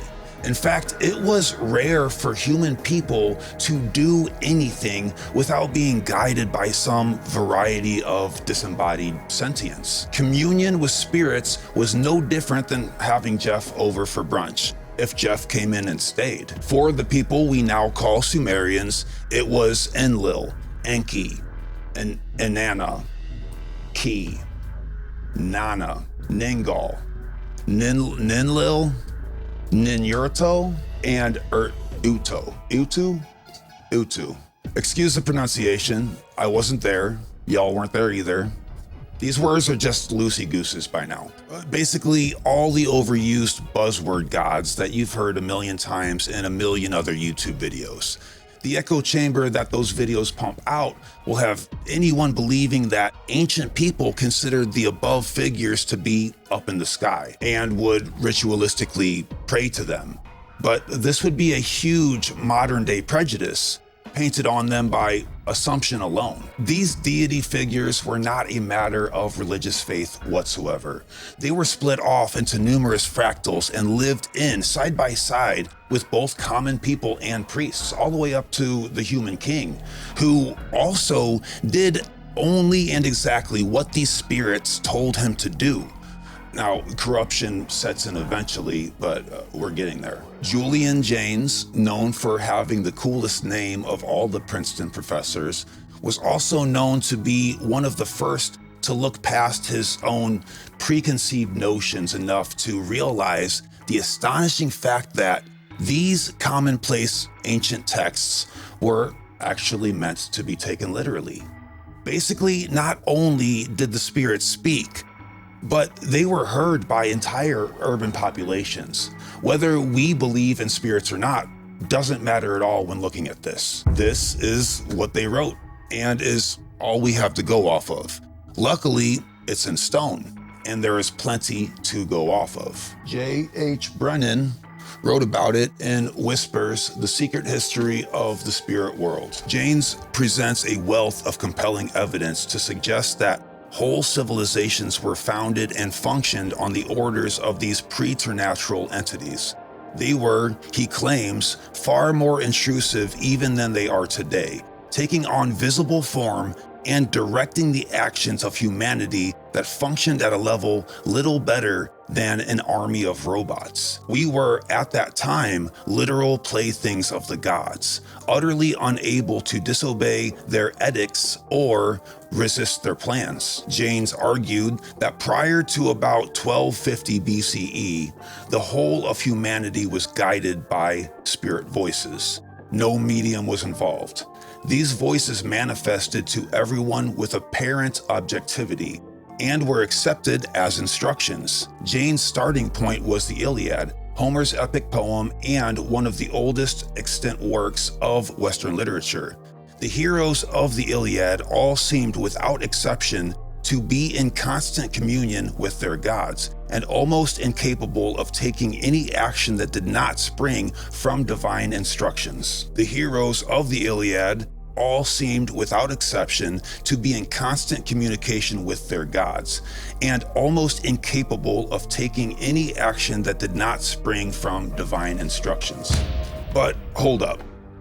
What can be confusing here is the idea that these spirits are disembodied. Without a tangible vessel to haunt, how are they able to be seen and heard? Our biological senses demand a form of medium to pick up on anything at all, right? Well, this is where statues come into play. And by come into play, I mean come into play. Because there was a damn good reason that ancient figurines were considered so sacred. The assumption that stone figures are just a fanfare unit of merchandise is yet another modern-day bias that we have, making us assume superstitions onto these ancient people. If we flipped the script, they would have every right to assume that we worship Batman. And thousands of years from now, people will think that we did. Turns out that statues and figurines were a literal tool used by ancient humans to house the disembodied spirits that they depended on so dearly to act, speak, and make life decisions. Although, admittedly, listening to the statues is tiptoeing on the edge of what might be considered idolatry, the stone figures were not considered to be the flesh of these spirits, but instead the shell that they needed to be able to maintain an existence here in the physical realm. It's hard for a ghost to stick around without an anchor to hold on to. This is the most likely origin of the jack-o'-lantern. Your Halloween decoration is a living, organic vessel. It can be hollowed out to hold and fit particular spirits. This is the essence of the Kabbalistic clip-off, basically an empty shell that houses a spirit. This is why in the not at all safe or recommended practice of voodoo, you need organic matter to animate the little figure doll thingy that you should probably just stop messing with right now, before you accidentally hit the reverse button somewhere, I don't know. Just don't. You're too white. You'll it up. Get your Caucasian ass out of the witchy section of Barnes & Noble, okay? You're in a strip mall right now. Hands off the strip mall voodoo, Melissa. Or at least look one shelf down from there and you'll see Graham Hancock waiting for you. He knows about voodoo, and not from a coloring book published by DK. Okay, no. Every household, community, town, and residence, all the way up to the priest kings, had statues in the room to be communicated with. Janes noted a veritable explosion in the use of figurines and life-size images. The function of such figurines has been something of an archaeological mystery, with the most popular theory suggesting that they were fertility charms. Janes dismissed this idea as failing under logical analysis. Their function, he suggested, was to trigger the phenomenon of the spirit voices. Janes found support for this conclusion in the figures themselves. Those of the Olmec civilization, to give only a single example, were created with open mouths and exaggerated ears, suggesting that they had something to do with verbal communication. There was also the curious and almost worldwide convention of figures with exaggerated staring eyes. That's freaky. Achieved by enlarging the eyes, sometimes by the use of rock crystal or gemstone inserts, enhanced with malachite paint. Malachite. I knew us as soon as I said it. I looked at you, I was like, what is it?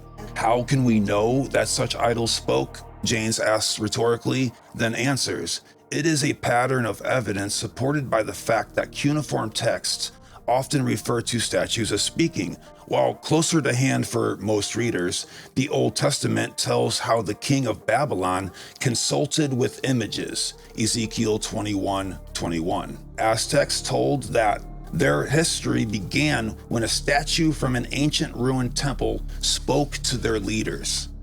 And this brings up strangeness about ancient civilizations finding even more ancient stuff, which is always fascinating. Peru was considered by the Spanish to be a kingdom commanded by the devil because Satan himself spoke to the Incas out of the mouths of their statues. So remember that everything you don't understand is Satan. When you discover a new people, everything that you don't understand is the devil himself. The divine statue was the owner of the land and the people were his tenants. The gods, according to cuneiform texts, liked eating and drinking, music and dancing. The divine statues had to be kept in good temper. This was called appeasing the liver. How is all this possible, continuing as it did in some form for thousands of years as the central focus of life, unless we posit that the human beings heard the statues speak to them, even as the heroes of the Iliad, or Joan of Arc heard hers, and indeed had to hear them speak in order to know what to do. The whole thing is somewhat reminiscent of later ideas about guardian angels, which might themselves be a distorted memory of earlier experiences. In one sense, all spirit-god contact was personal. Every man and woman was capable of hearing the voice of his or her own deity, but the deities themselves formed a strict hierarchy, each answering to another. And this reminds us of what Bentov said about the causal realms and how there's hierarchies not only within the realms themselves, but within the beings that inhabit them. But here is where things start to get a little weird. Well, not just a little weird, but downright bizarre. We don't talk to statues anymore. And the ceasing of this activity was not necessarily as gradual as we might assume. It seems that at some point between the most ancient times of prehistory and the building of the impossible architecture like the pyramids, the spirits not only left the statues, but completely stopped giving us instructions altogether. There are numerous theories as to why this transition took place. The most prominent one being the invention of writing. They say it took over the role of spirit guides. Unfortunately, it's not too difficult to see that this leading theory falls short due to the fact that it was written down before and after. All of it was written down in stone or papyrus, and that is why we have this evidence in the first place. The theory just flat out debunks itself. In fact, a lot of the writing captures the turmoil felt by our ancient human parents due to the spirits leaving them. They would write things that would cry out familiar axioms that we carry to this day, i.e., why have you forsaken me?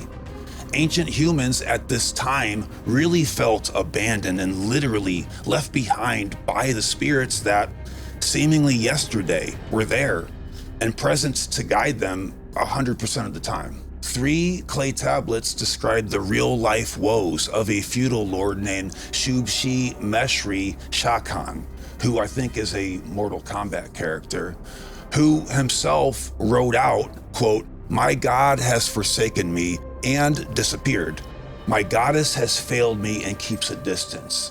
The good angel who walked beside me has departed." I wonder, did they really depart? Or did something else happen that was just too strange to be comprehended at the time? One of the reasons for this leave was captured in the Atrahasis tablet that reads, "The people have become numerous. The god was depressed by their uproar.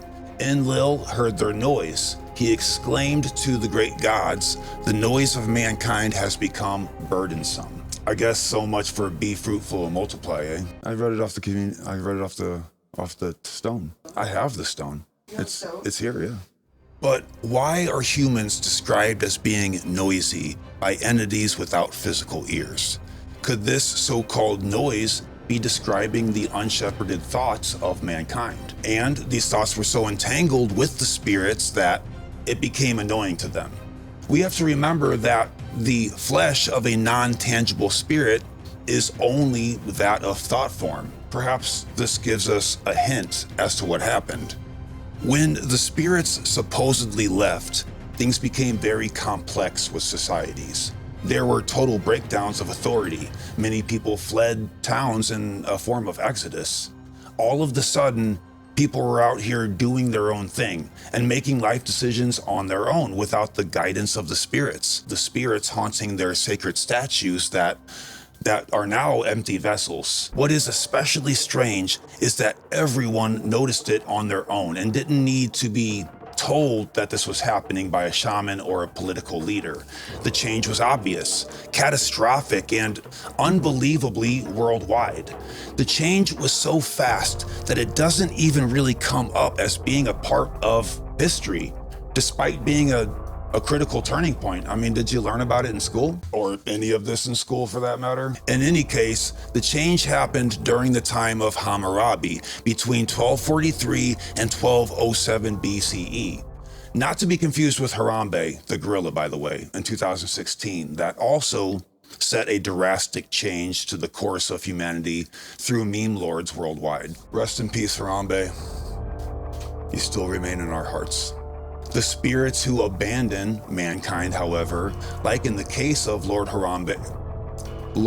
Hammurabi, did continue to consult with people in their dreams. Something that I think gives us another hint, among many other, that tells us kind of what really happened. So, what really happened? Let's take a look.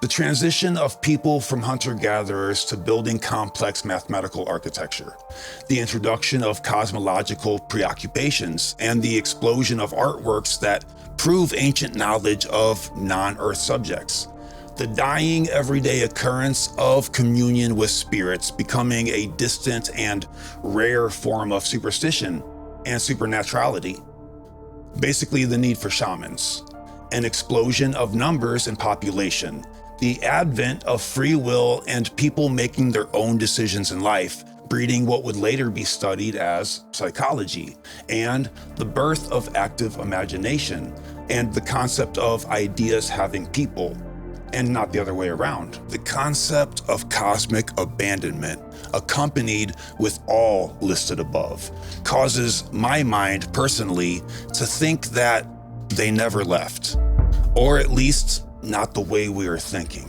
We think that because that's what it looked like happened when the statues quit talking. Instead, the change was so close that understanding it would be like tasting your own tongue. And the very idea of being able to understand it in the first place might be evidence needed to propose this kinda unhinged theory. The recent declassification of CIA documents almost mystically describe human beings as vessels for something else. Years before those were declassified, Bob Lazar was making waves claiming that the purpose of human beings on Earth was solely that of being containers. Although he admitted he did not know what it was that our physical anatomy was meant to contain. Then we have the story of a certain US president that wept tears of grief for 3 days after demanding to read the research that was hidden from the general population and even him. We never found out what it is specifically that made him cry like a bitch, but it was rumored that he found out that people are not people, that we are not unitized soul entities with individual personalities, but instead empty cauldrons that are being used to house something else entirely, something otherworldly. When we combine mythology, theology, oral traditions, and ancient art with the modern findings of history, archaeology, scholarly research by those who are qualified in the field, and a hint of conspiracy theory that tends to always carry a sharp cheddar of truth, we find something absolutely groundbreaking and earth-shattering. The spirits that instructed us from ancient statues decided to skip the middleman altogether. Instead of telling us what to do from over there, they came into us. They became us. You are not a person. You're a place. And the ancient spirits of old are not so ancient after all.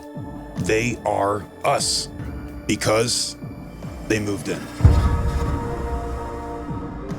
The reason people went from being animals, that is following their instinct, to having personalities was not a case of gradual development of personality.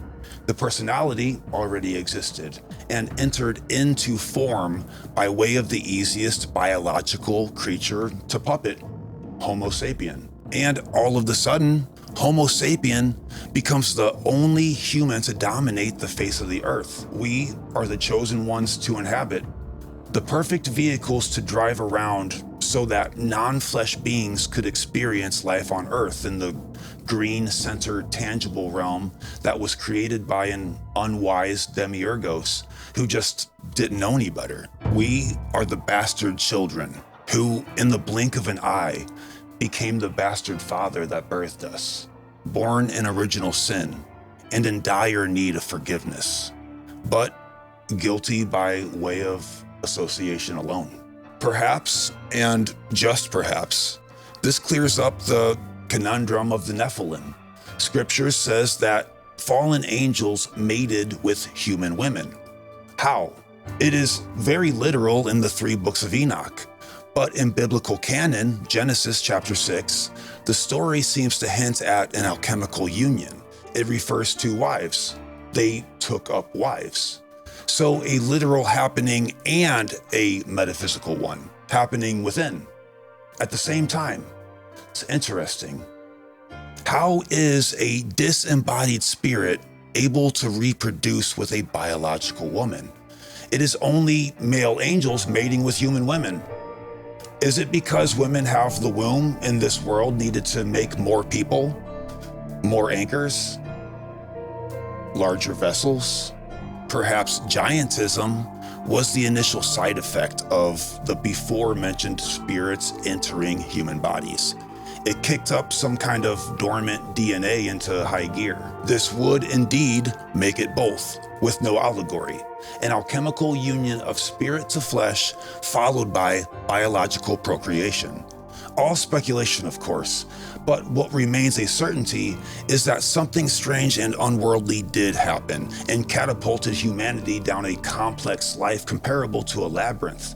And no labyrinth or riddle happens by accident. And even though our wonderful Harvard badged scholars, Brennan and Janes, who wrote of this transition in human history, were not, and most likely are not, down with this possibly cracked pot theory of mine, they were looking right at it, knowing deep down that something weird was going on. And as Brennan puts it best, when the spirits were gone, quote, superstition and theological theory rushed in to fill the emotional void, unquote. And religion, as we know it today, was born. Born in ignorance, like its father, doomed to walk through life repeating the same mistakes. After all, one of the biggest skeptics of organized religion ever is quoted as saying, "The kingdom of heaven is within you."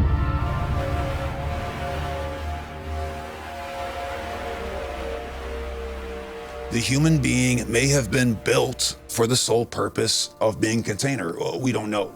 But the notion is terrifying. Are the builders outcasts from another world that we can't perceive?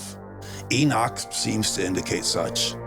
If so, that would indicate that our own personal unit of free will and individuation would be quite the inconvenience for them, wouldn't it?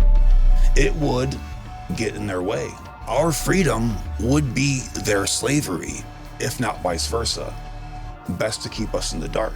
Not to place blame, but perhaps this kind of gives us an idea of why the world is the way it is today.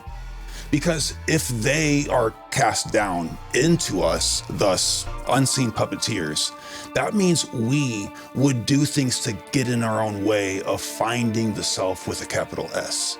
We would be constantly teetering on the brink of mutually assured mass suicide as a species, as one single moss on a rock. Well, that seems to be what we're up to today, and it seems to have been previous. 1 foot in the grave all the time from the get. If we cast them out though, the waters don't ripple at all, and we can see the bottom of the pond clear as daylight from the sun. And without the waters churning between us, then maybe we will look across the pond for once at the person on the other side and say hello without making a sound.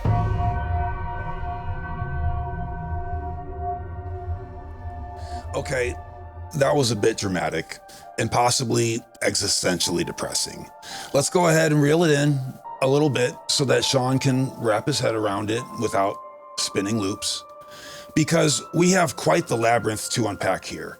And just like the myths indicate, the monster guarding the secrets of the labyrinth is a not so lean but mean and unforgiving bitch until we slay him.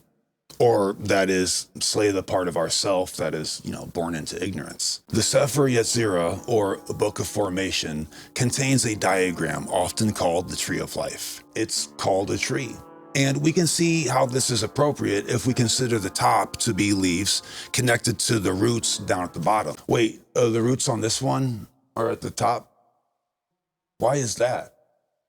All right, we'll save that for later. The entire center is the movement involved in getting the sunlight absorbed by the leaves to come down and nourish the parts of the tree that are buried in the ground. Roots in the dark and unable to directly perceive the eternal and essential life-giving essence of the sun, symbolically speaking, of course. The tree metaphor suits here. A plant brings light down to the earth, and this shape brings life force to the ground where we walk. As previously covered, sunlight is both a metaphor of and a physical bringer of life force energy. Suno, bringing the heat, son.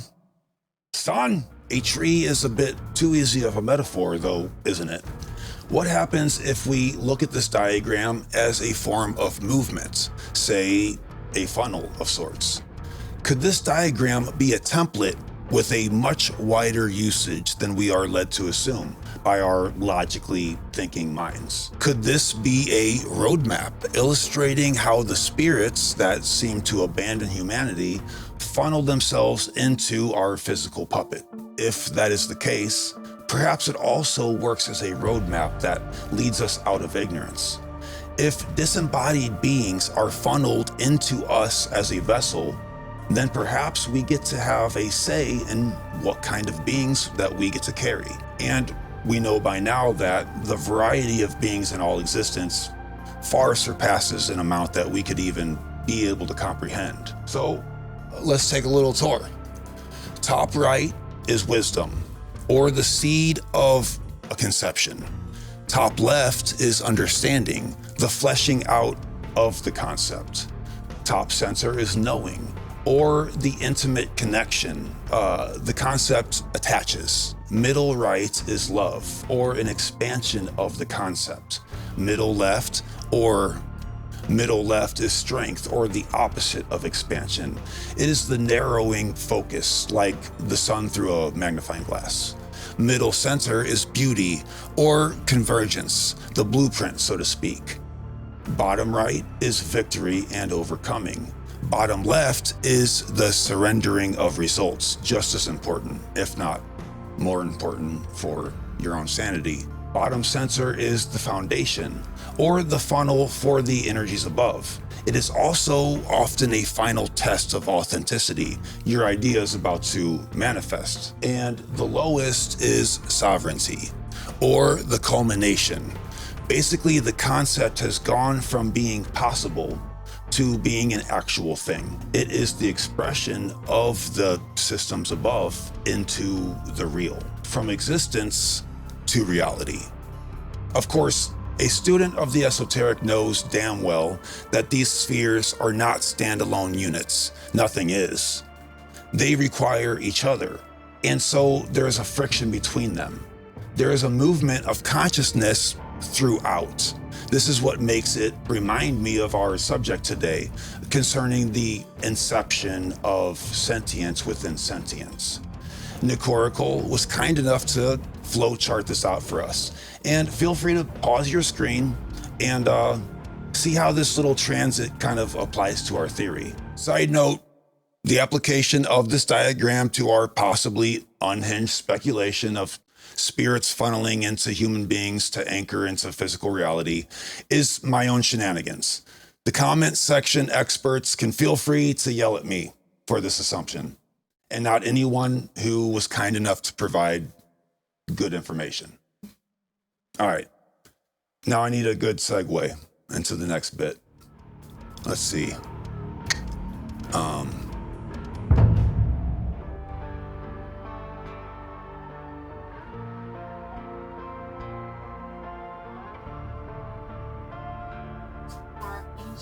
You gonna get in on this? Oh, shit.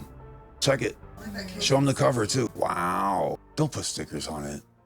You'll ruin it. Don't do that.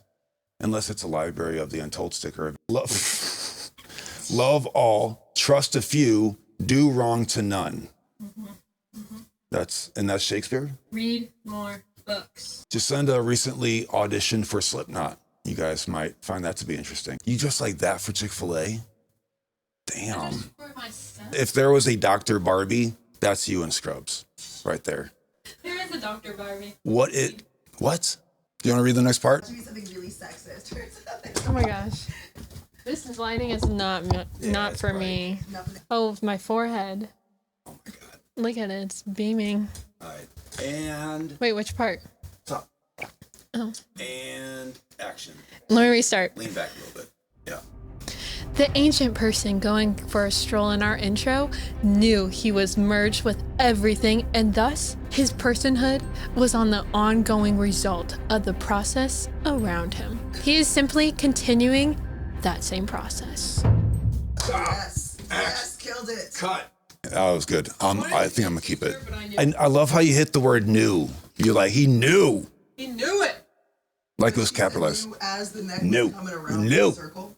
Ancient person knew that he was merged with everything. Period. Okay, girl. Slay. Jacinda does our merchandise, by the way. Feel free to get you some of that. All right. The merchandise. Merchandise. The merchandise, to be clear. Thank you. Oh, that's getting edited. All right. The ancient prehistoric person going for a stroll in our intro today knew that he was merged with everything, and thus his personhood was the ongoing result of the processes around him. He was simply continuing that same process. Okay, and I'm seeing one of Nico's notes here. Heart emoticon, heart emoticon, heart emoticon. Here I would say something about the primal nature of man as an animal being in sympathetic resonance with nature and therefore telepathically connected to nature spirits, which is why he had no need for language. But the more physical realm distracted he got, the less he could connect to nature. I'm gonna put that in there. No need to reword that one. Side note, by the way, if you want to drop me notes on the scripts before the content comes out, I post my codices on the Patreon. So for those who want to dig deeper and manually read the work done here, you can feel free to check it out. Oftentimes the notes are used in the script. Side note, it always differs from the video in the end, by the way, and is not formally written. So shout out to the Patreons who read this very part right here, breaking the fourth wall. Anywho, our mystical intro man was literally the same as his environment. And he not only realized it, but this was his default setting. But today, we are overwhelmingly proprietorial about ourself.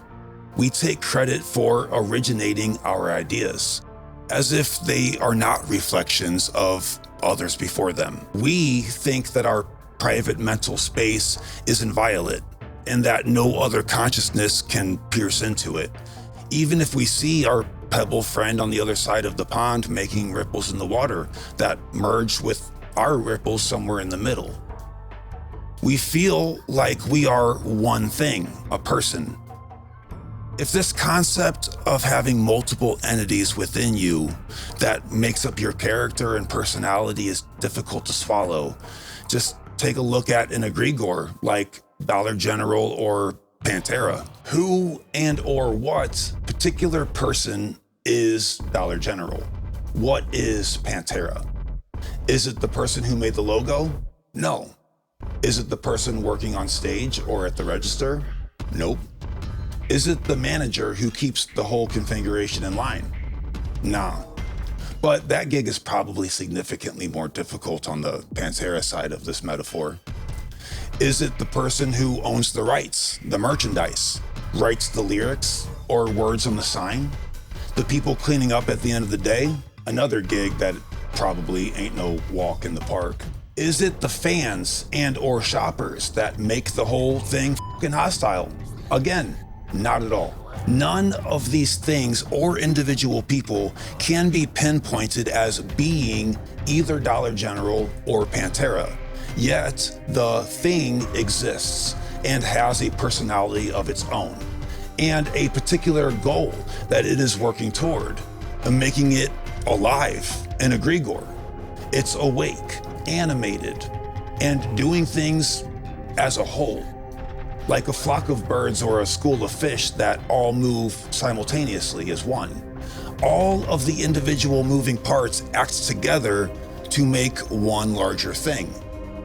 Again, probably more difficult job on the Pantera side of this Vesica Pisces.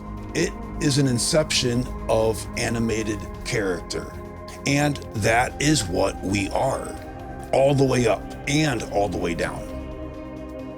Oh, wait a second, the Hindu thing. It's turtles all the way up and turtles all the way down. That's how they made allegory for it, right? I should have used the Ninja Turtles franchise as an example instead of the Dollar General. All right, oh well.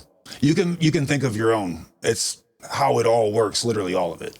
So translate that concept over to the you yourself, the flock of birds that you call I. Many physicists now believe that the entire universe might be a single neural network.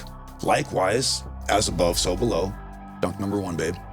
It would only make sense that the same is happening on our microcosmic level, inside of our skull. What better a perfect breeding ground for these so-called spirits to not only take residence, but to multiply by bouncing and overlapping with each other like the ripples in our pond allegory. Even though you are you still have drastically dynamic waverings of character. That one thing that you said that one time that you would have never thought you would say and kind of wish you could take back. It came to you in a moment of heat and chaos, inspired by something dormant. Or that joke you made at the company meeting that had everyone roaring with laughter. It came popping into your head as such, a quick spike of inspiration. The one time that you gently picked up a bug to put it outside. And then you didn't even throw it out into the yard. You placed him down in the grass after naming him Timothy.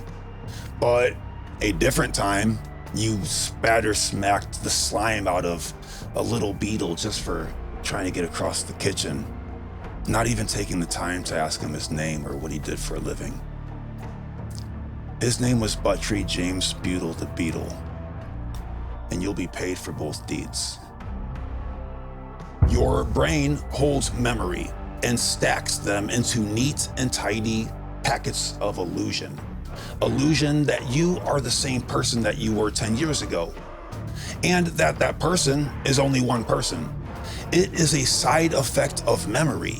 If you were to somehow bring utter stillness to the mind, however, and be the empty vessel that is filled to the brim with this multitude of so-called spirits, you might be able to observe those very spirits within without accidentally being them for once. This is certainly the nature of Zen, and possibly loosely the entire point of finding mental stillness. We should make a shirt that says mental and then stillness, not illness.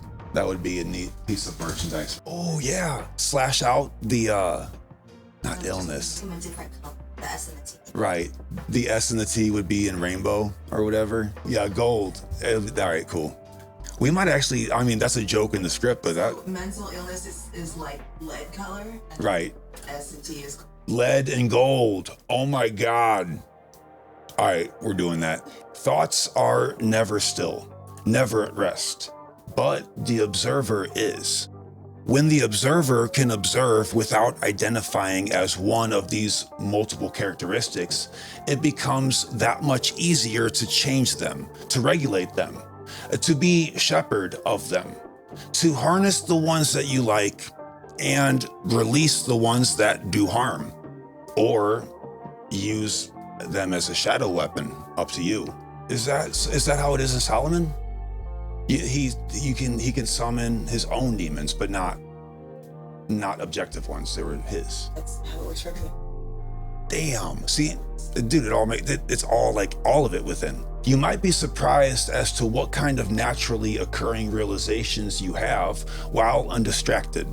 Knowledge that could be turned into real wisdom. If we look at the nuggets of gnosis that our prehistoric man of our intro had, ones that we have finally come around to understanding today, we can clearly see how utterly different reality would be if we did not identify with the plethora of beings that we are inhabited with. Our prehistoric man of the intro had an empty cup that was primed and ready for downloads.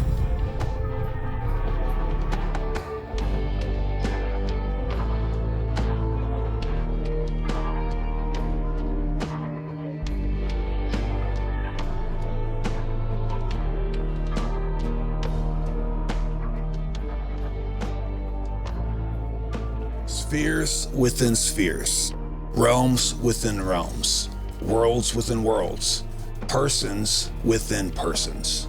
This is the non-form shape of reality. The universe might have a definitive shape, but reality is the shape that we determine it to be. We are the programmers of it, in an absolute kind of way.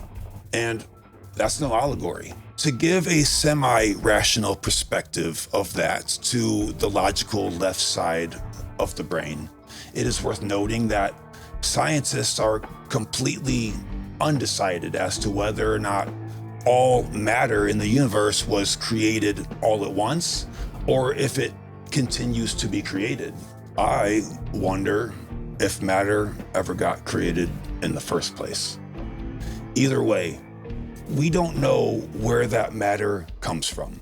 And likewise, we don't know where these so-called spirits come from either. Did we make the whole thing up just last Thursday? Who's to say? I know I certainly am not. But I do know that those are the cards we are dealt. And just like any game of cards, the numbers we are given might be a good hand or a bad hand. Those hands or circumstances are temporary. They come and they go. They are secondary to skill. Because what wins the larger game at whole is your poker face. That is to say, how you respond to it. How you react to it is secondary to the way you see it. And the way you see it is secondary to your thoughts. Each follows the other in a vortex chain, like the tree of life shape that, although divine, is still bound to the hermetic law of correspondence and cause and effect. Unlike the cards in your hand, the thoughts in your head are like the ripples in the pond, rippling out in every direction. They are the only real reality, and they are shared with everyone in your company, within or without. Let's just try to make sure that our company doesn't dictate our thoughts.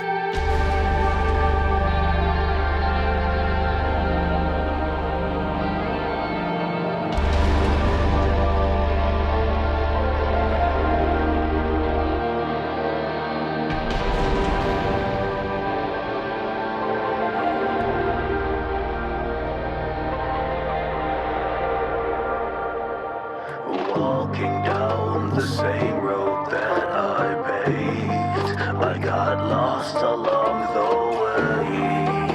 Onlookers don't see pain, but this way is impossible.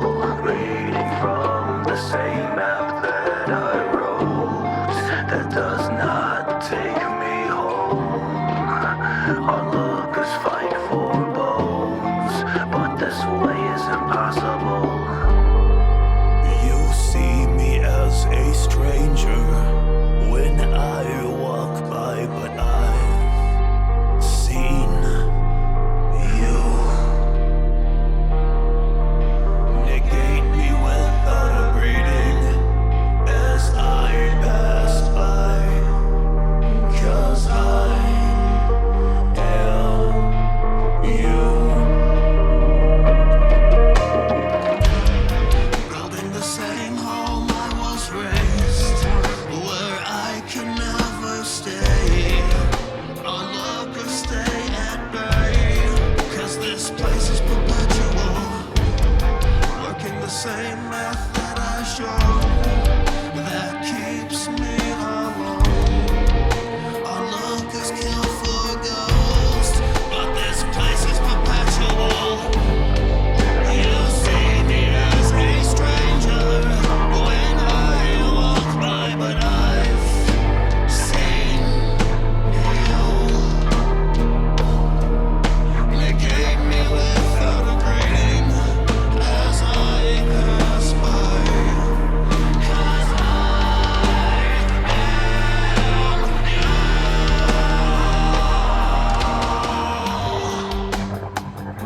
Take me home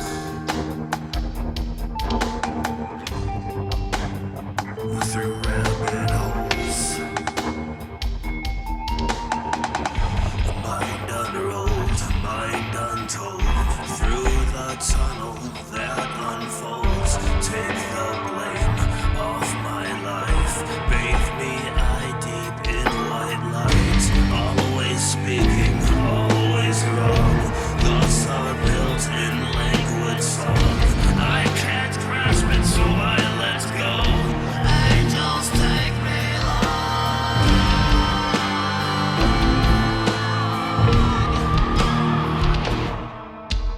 Feel me, show me the way to be me.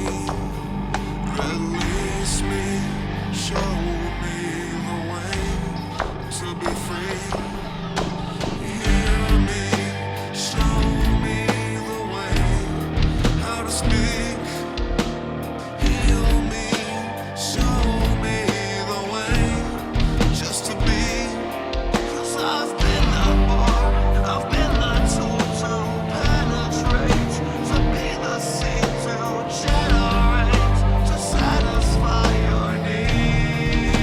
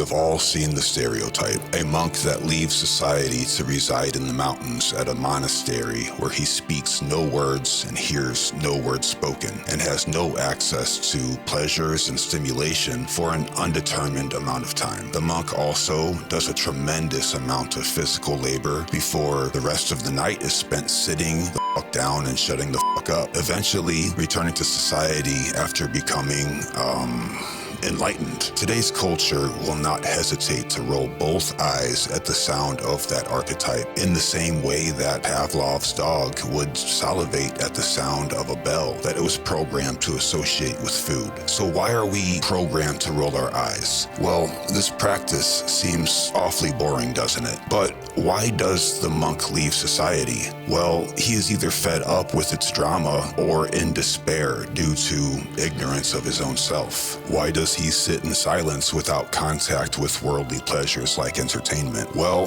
the unspoken science of this practice has shown that when we fast from pleasures and instant gratification, the brain begins to produce its own chemical output of dopamine, serotonin, and oxytocin without an outside force to beckon it. And lastly, why does he return to society after this time is sacrificed? And that question we can get to later. This particular practice is one of many formats used worldwide to accelerate the process of self-completion. And note, I didn't say betterment, by the way. I said completion.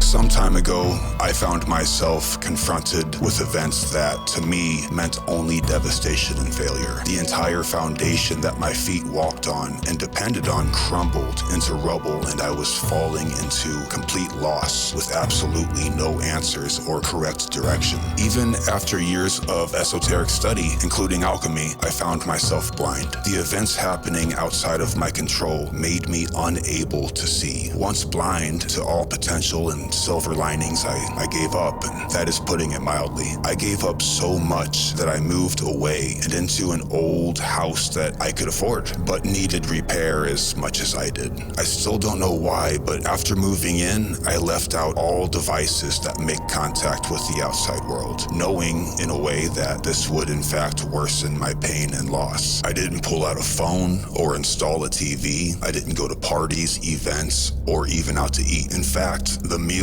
I had were not prepared, but instead were just the minimal amount of substance I needed to live. It'd be like a handful of spinach right out of the bag, or just a straight carrot. Weeks went by, and the only thing I did was renovate the house, and that work had to be forced. Eventually, I felt a spark one day out of nowhere that was faint. The next day, it was bigger. Eventually, it was an unignorable fire that consumed my entire previous identity. Weird as it sounds, I was gone, and what replaced me was this spark that I simply allowed to take over my persona. The I that I was familiar with was a memory at best, like a dream that happened last night. It was separate from me in a way that I could actually see it and all of its habits and patterns clearly. It was as if I had been for years trying to see the bottom of a pond by moving the water out of the way and only kicking up more mud to cloud the water. After completely giving up, the water rested and the dust settled, becoming still. Glancing back at the pond, the bottom was clear to see and observe. Without analyzing or overthinking, I busted out the camera and microphone that I had been using for years on violent heavy metal music, and I filmed myself talking hella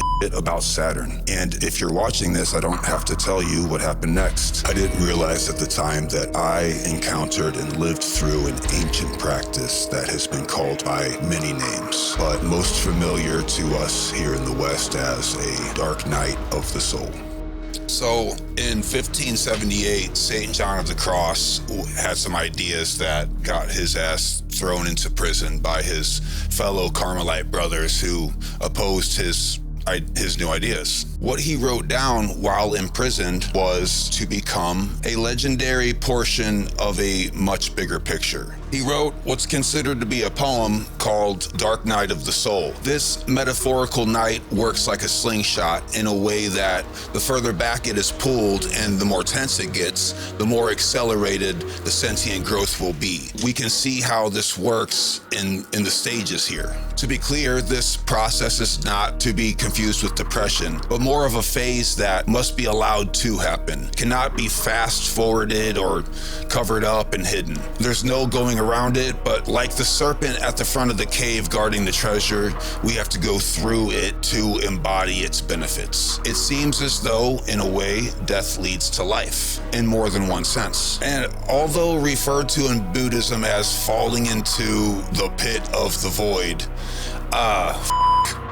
this process is a necessary part of people's spiritual evolution. Shannon Kaiser is quoted as describing it as a breaking away from the illusions of fear and ego to shift our alignment and values to what is real and true, the connection to the divine, and ultimately pave the way for your life's purpose and mission here on Earth. Within the stages of this process, there seems to be a common theme. The first stage is a sort of disruption in certainty. You will not be prepared for this. The more persona that the person is holding on to, the worse this beautiful process is going to be. Those addicted to former ideals of things around them being a certain way will have the most trouble. Stage 2 is running completely out of hope and meaning. This sounds negative, but it's necessary, as we will see. At this stage is when a person without the wisdom of sacrifice and alchemical transmutation will ask themselves, how do I get out of this? And try to throw it in reverse to save something that they are bound to shed eventually, thus postponing their awakening. This is not the way to go. If you want to get out of the dark night of the soul, then you go into it, you finish it. Stage 3 is considered rock bottom. Yeah, and by the way, sorry, this is going to be a dark one, guys. This stage 3 consists of just being there within the rock bottom. I won't say to become comfortable with this, as it's not possible, but instead to just accept this happening for what it's worth. Lay down and rest in the suffering. You will face the what is real part of yourself in your life, which is very hard to do.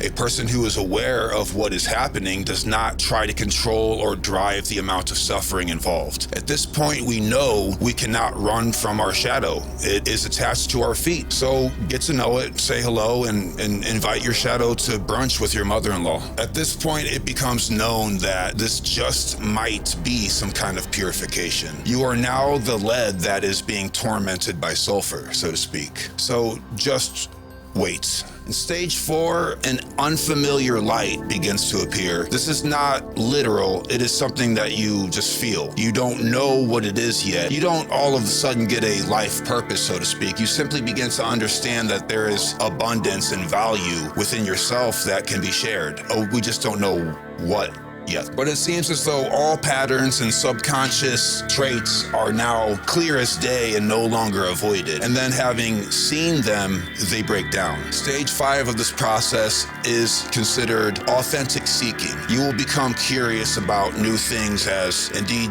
you yourself are now new. You've accepted all of the things about yourself that you have been denying and things about the world that bother you and that you have avoided. Now that the fear is gone and you can seek and study in a much more real and authentic way. This is done without fear. We feel as if the lead previously mentioned might have turned to gold. Stage 6 is walking the path. This part is different for everyone. The results are vastly different for each person. That would make sense considering that in a way we have individuated, as Jung would put it. Words fail at this point and wouldn't do any good anyway, because when it happens, you just know. Your value and life's purpose will just be clear and unresistant. You will embody this philosophy all the way down to your bones. It is now you. It now takes no effort to evolve yourself and the things around you, because You don't have to. You are now it instead of a bunch of words that point to it.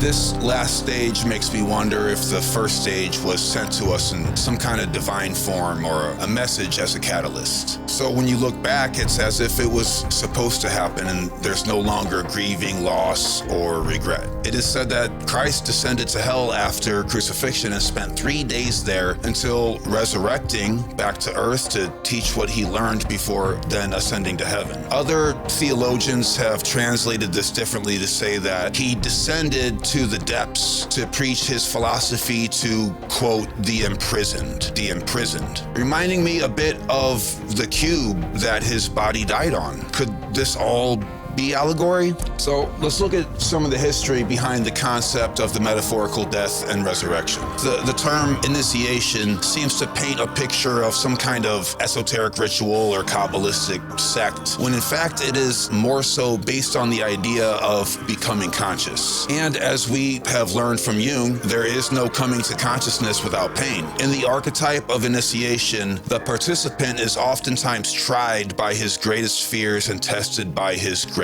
temptations. Initiation involves a kind of out-of-body experience, whether it be a classic OBE or a metaphor for releasing all bodily desires. Initiation seems to indicate a result of being aware of your own impulses and thus having complete and effortless control of oneself and a person's reaction to outside stimulus. These characters or beings that spread fear and temptation are not necessarily evil and are not demons, but instead elements of yourself being shown to you, gauging your reaction to yourself. This reminds me of the Mara depicted in the Tibetan Book of the Dead, in which case involves literal death as opposed to our subject here of so-called ego death. But I mean, hey, as above, so below, right?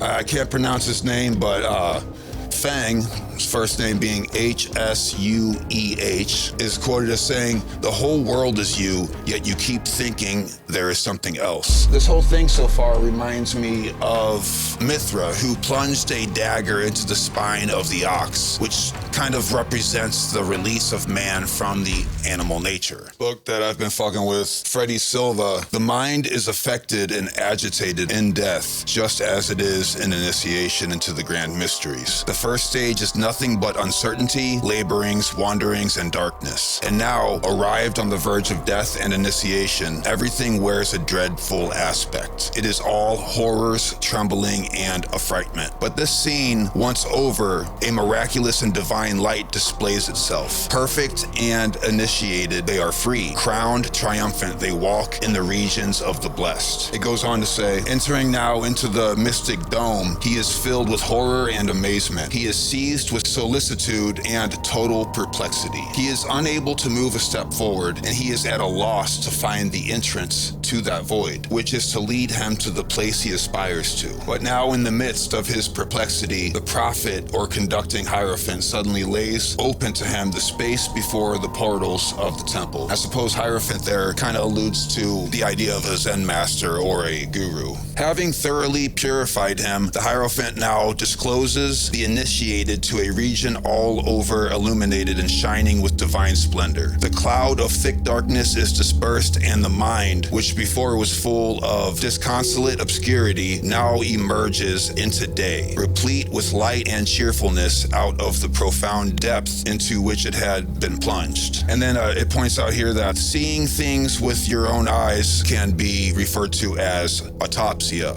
So, kind of a cool word there. This is considered a living resurrection, so to speak. After the initiation, the participant no longer fears death or public scrutiny, as he is now completely whole and can have certainty in the midst of uncertainty. But it is also written that the reason for no longer fearing death is that the initiate has seen what lays behind it. This is very parallel to almost every near-death experience reported. People who have been resuscitated from death come back more alive than ever. Their their demeanor has now evolved from just living and surviving to complete agreement with what is. Therefore, a sort of a permabliss. Most surprising in near-death experiences, like initiation, the results that take place do not wear off over time, like the profound realizations that come from a hallucinogen or a psychedelic experience. My only hypothesis on this is the one glaring difference between an epiphany from hallucinogens and those from initiation, near-death experiences, are that in the case of plant drugs, something from the outside is changing your point of view, whereas in the case of initiation, the change occurs from within, literally tempering you with its Gnostic wisdom. In that way, this is gnosis. Instead of receiving a message to learn from, we actually become that message and it becomes us. This doesn't necessarily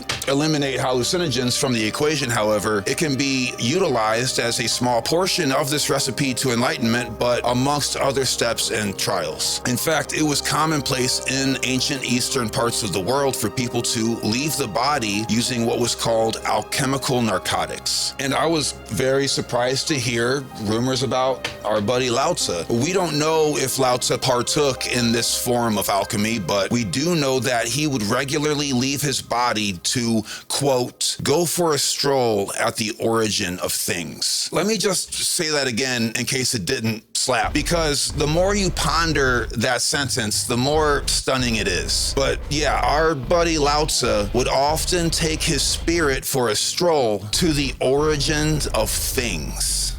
Like, holy shit. In Zoroastrian initiation, priests would leave their body to go on a quest of gathering information from the great library of the above worlds. This practice was very common, actually, to many cultures, including the Maya, the Egyptians, but only undergone by the masters of this art, as an average person might not be able to download such information without going insane. It kind of sounds like a bit of a Lovecraft almost deal there.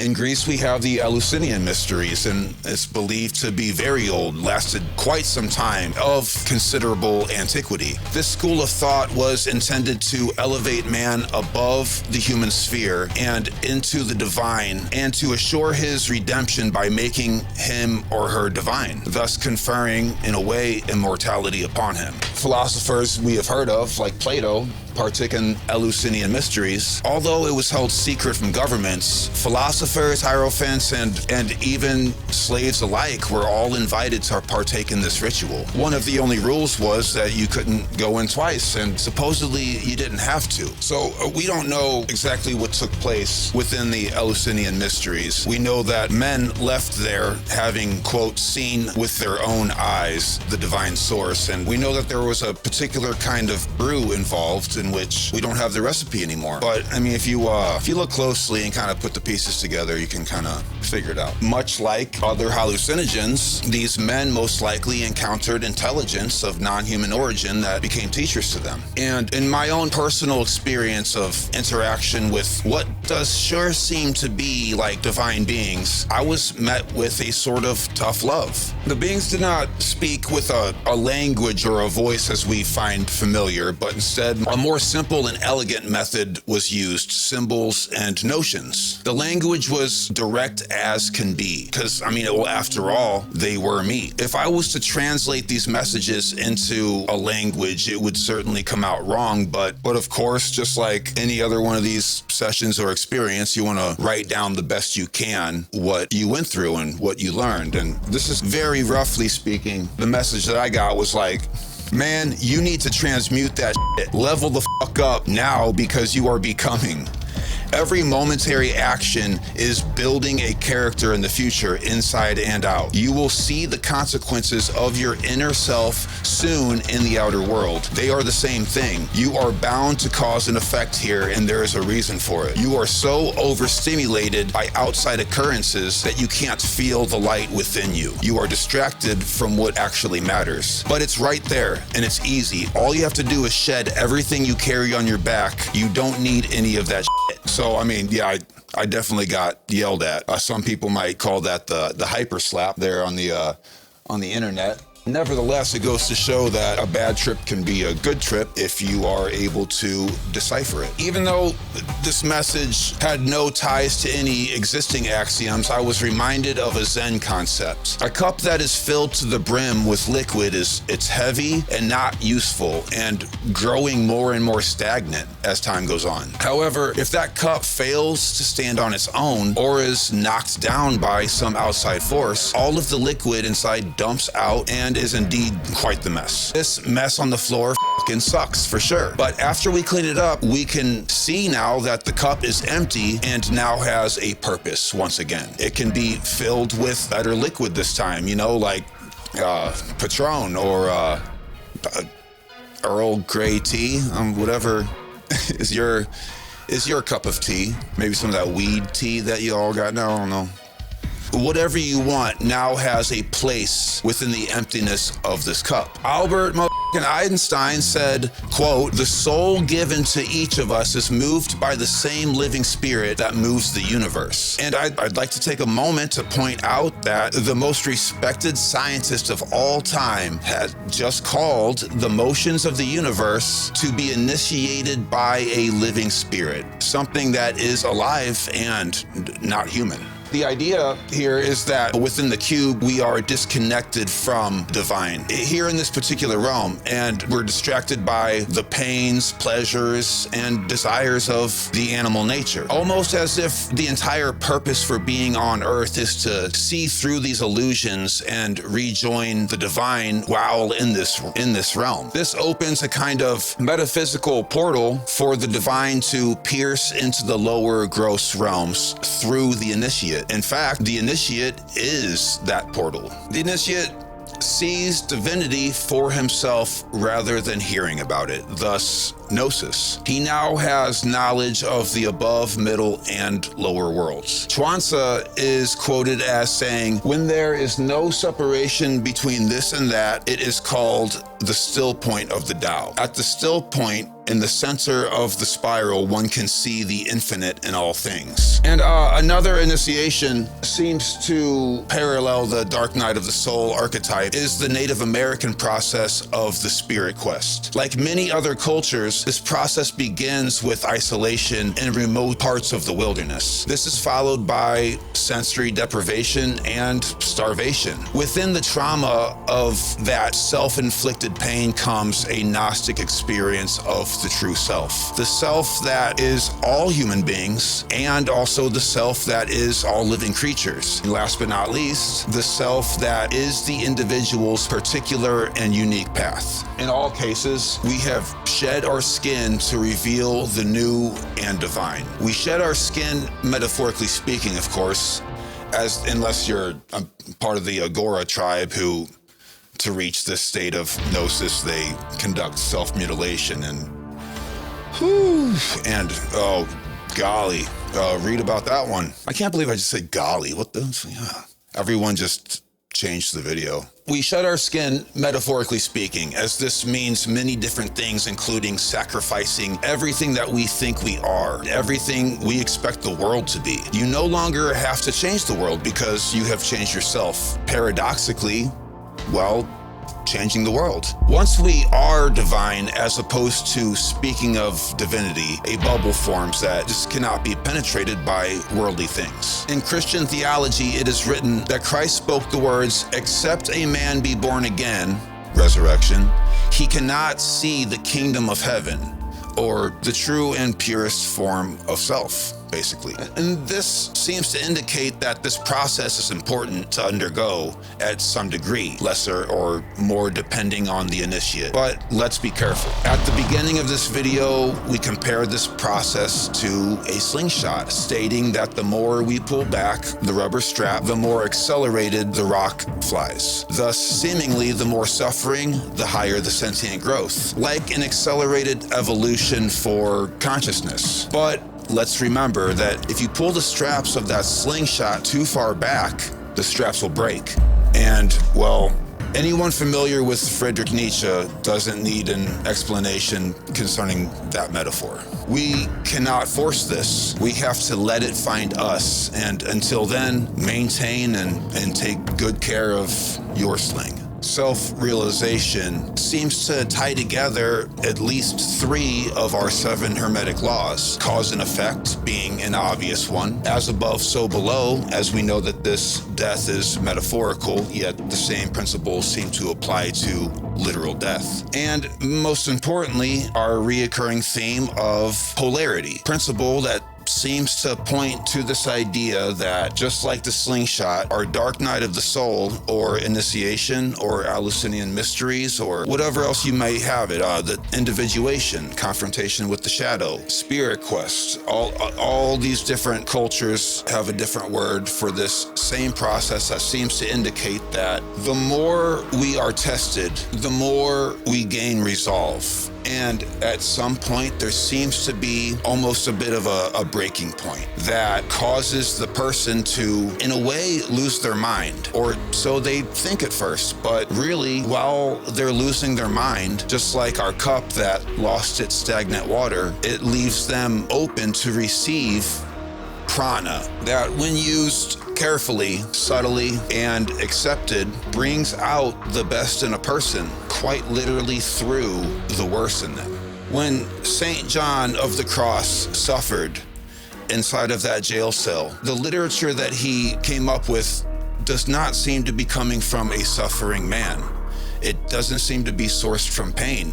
In fact, if anything, the dark night of the soul is illumination from a man who has been inspired by humanity and from his own divine spark, in a way celebrating his untouchableness from the chaos of the outer world, considering that he now had this bubble of protection in which no worldly things could pierce. This cryptic yet religious and inspiring piece of literature from this man who simply had new ideas about the essence of what God is, and inspiration to speculate upon previous notions that we have to accept that information gets updated, and we cannot force ourselves to stick with previous ideals when presented with new information. And St. John of the Cross, I think, was kind of the Copernicus or the Giano Bruno of religion, whereas Copernicus and Giano Bruno were murdered or imprisoned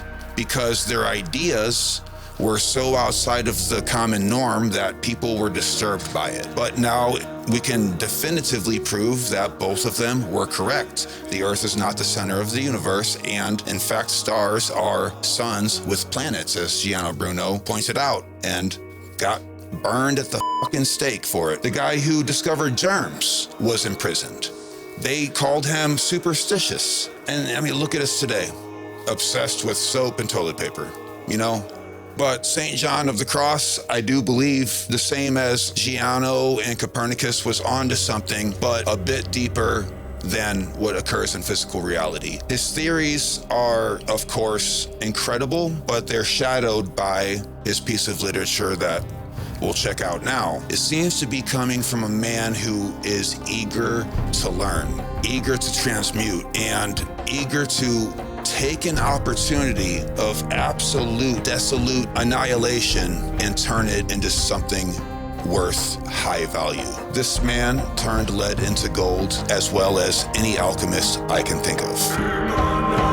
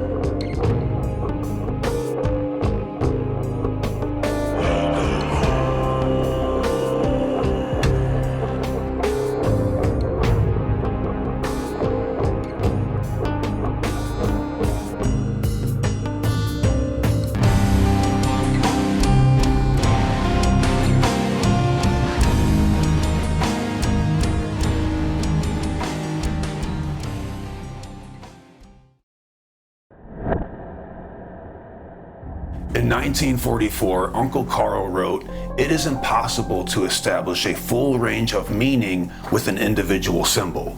The investigator must turn back to periods in human history when symbol formation went on unimpeded. That is, when there was no epistemological criticism of the formation of images, when facts that were unknown could be expressed in definite visual form. Let's take Jung's advice and roll back the clock. Hopi mythology is a secret kept by strict oral tradition. Well, it used to be. Recently, the last chief elders found themselves rare and facing extinction, so they decided to pass their knowledge on to the world. Well, to Frank Waters. The resulting Book of the Hopi is as strange as it is wonderful. Let's dive in. Mixing earth with her saliva, two twins were molded into form by a primordial spider woman. She dressed them with a cape of white substance said to be her literal wisdom. Finally, she sang a song of life over them and pulled off the cape. There were two. And they immediately asked the main primordial question, why? And she answered. To the one on the right, Pokan Hoya is Pokan Hoya. Palanga Hoya is Palanga Hoya. Pokan Hoya, she said, you are meant to help keep order. Go around the world and put your hands on the earth so that it will solidify.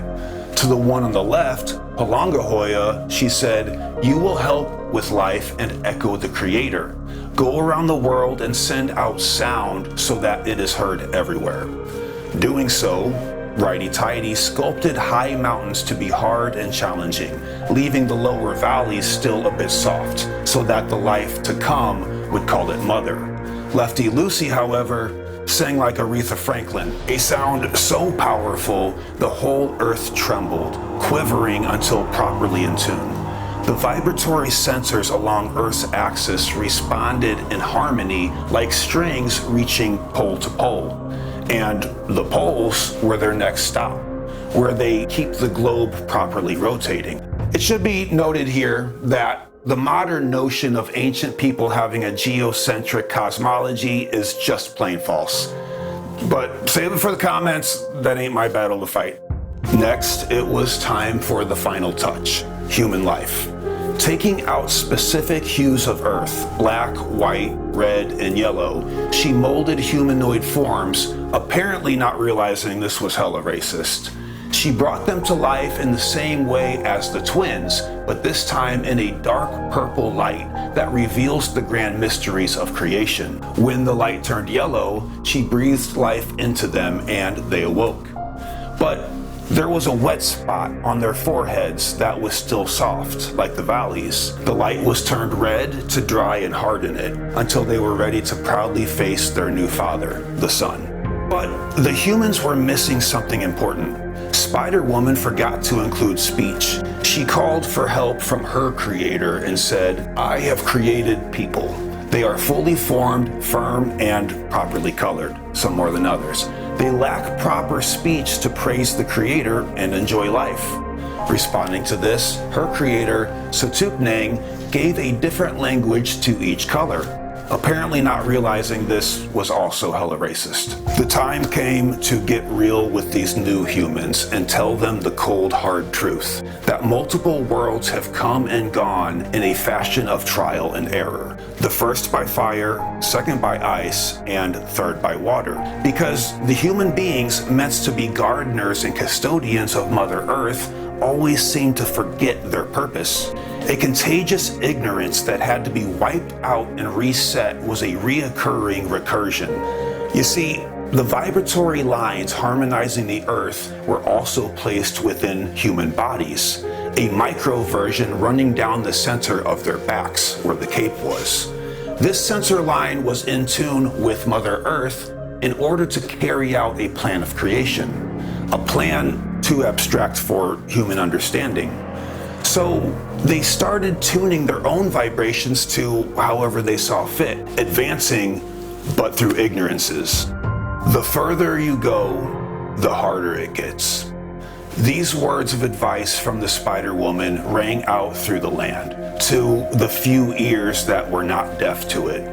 As most people traveled higher up and further out, Those wise enough to hear were told by Setukneng to open their kapavi, a vibrating door at the crown of their heads that would give them the wisdom to see and follow a particular cloud, an orb of light that at night appeared as a star. Droves of people started disappearing from the native land as they followed the star vapor to subterranean caves hosted by ant people. They lived in stasis in the underground realms of Inner Earth while Setukneng pummeled the surface world, rearranging its organs like he was Liam Neeson going ham on Pam Anderson. He moved the water where the land was, and the land where the water was. To navigate the Agarthian dark, the Hopi used the kapavi that they had on their doorheads to see clearly and communicate silently. When the food ran out, the ant people stopped eating, a heroic effort of self-sacrifice to ensure the continuation of humanity. So feel grateful. We're important, even though we aren't permitted to know why yet. After rebuilding the surface, Setukneng congealed into solid form and introduced the eager Hopi people to the fourth world, saying, "I have washed away the footprints of your emergence. The stepping stones are now gone with the proud cities and flying machines to the bottom of the sea.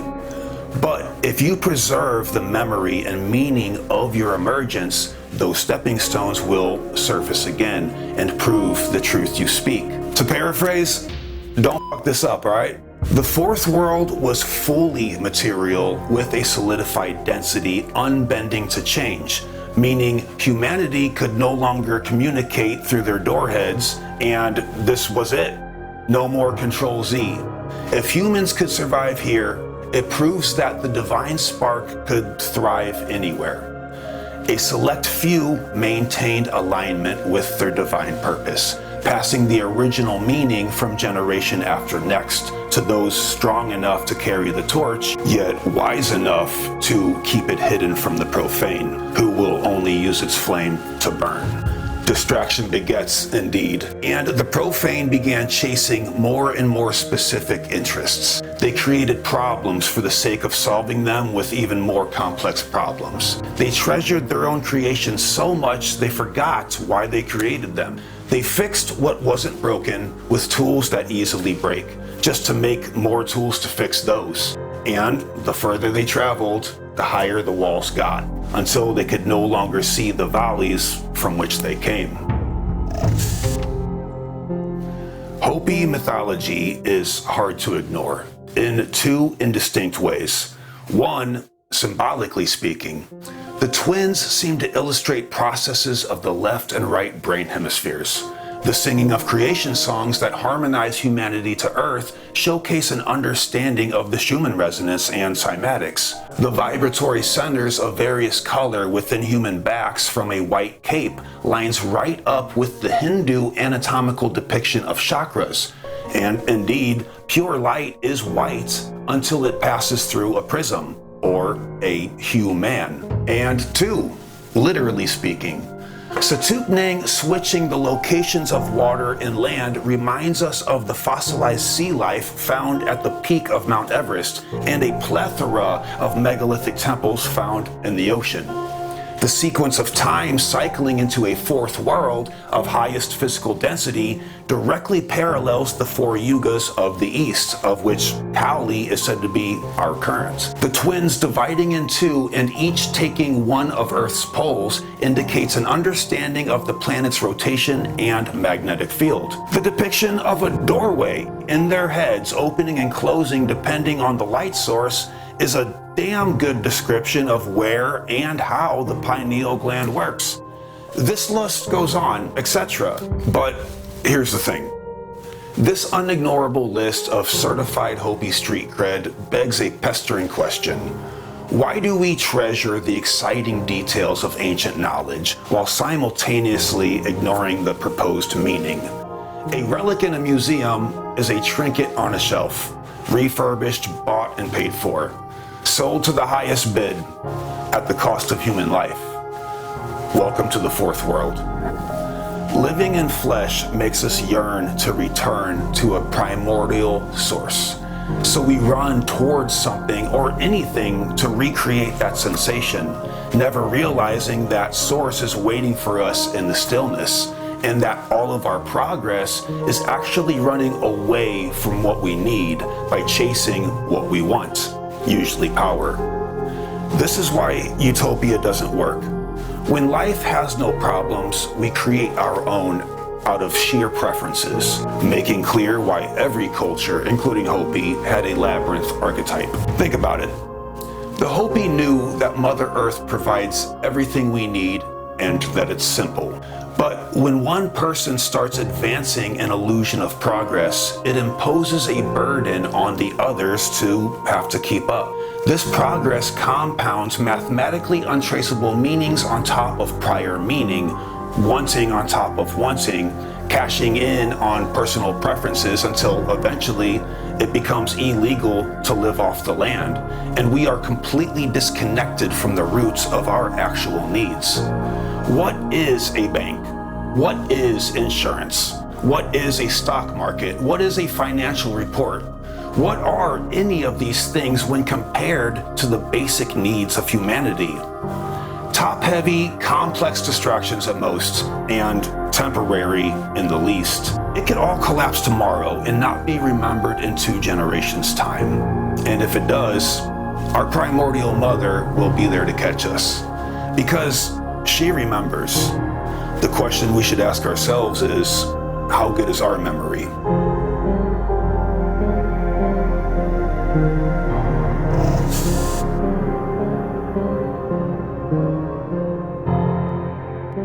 Hi there. I'm a 2-dimensional pixel-compressed version of Joey, cut up, spliced, and edited to fit an entertainment/quasi-educational format on a delightful platform called YouTube. Do take notice that I just described YouTube with the word platform, meaning a solid surface raised up and meant to stand on. This term works perfectly to describe what YouTube is, despite not adhering to that definition. Today, we will be dissecting the lesser-known implications of living in a self-made simulation called a hyperreality, and how to free ourselves from it to achieve the kind of liberation depicted in myth and the esoteric traditions. But first, a word from our sponsor. Today's episodical existential crisis is brought to you by Library of the Untold, a show right here on YouTube. Let's watch a short clip. A show right here on YouTube. Let's watch a short clip. A show right here on YouTube. Let's watch a short clip. A show right here on YouTube. Let's watch a short clip. A show right here on YouTube. Let's watch a short clip. A show right here. Okay, knock it off. When we think of living in a simulation, our mind fills with archetypes of computer programs and sci-fi worlds of alien overlords. The argument is convincing. They say if we can create simulated realities, then others can too. Given ample amounts of time-space, this suggests that it is statistically mathematically probable that our universe is nested within one of an endless string of alien software simulations. The problem I see with this is right there in the first argument for it, thus easily overlooked.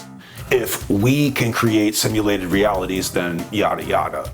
The entire hypothesis is hinged on the assumption that these so-called others are just like us and apt to do exactly the same things that we do and have only done recently. We are literally painting our mortal intentions onto ineffable beings completely unknown and hypothetical in the first place. This is ethnocentric ego on steroids, and frankly, a slippery slope into nihilism. Sure, the universe is holographic, but like we talked about last episode, that's just the nature of the quantum universe. As the mystics made clear, it's all natural, baby. However, we certainly do live in a simulated reality, but the beings running the code are far more local than our sci-fi culture would imagine. Because, like Prey, our culture only looks out and not in. Let me explain. Simulacra.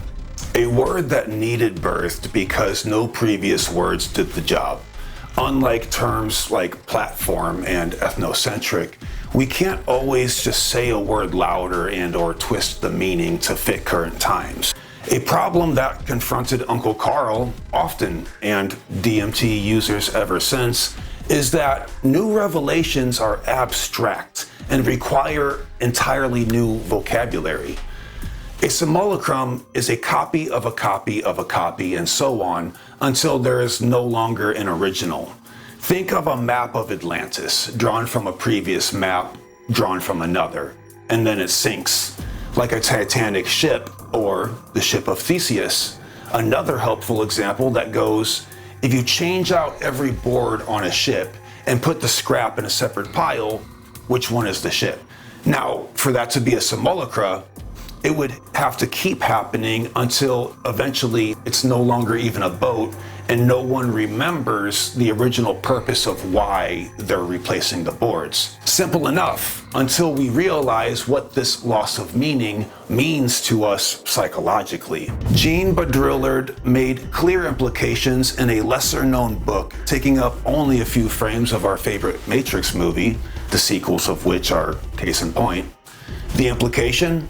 Once we psychologically identify with the simulacrum, we detach from what we need the most, meaning. Let's take a look at some examples, but a quick heads up.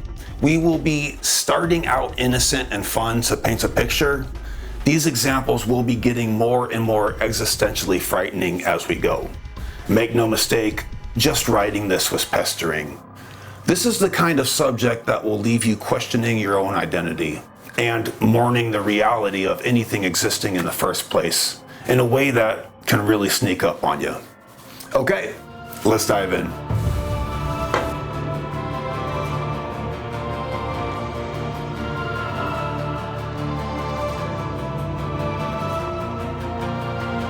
Have you ever wondered why the icon of a telephone on your screen is still a telephone?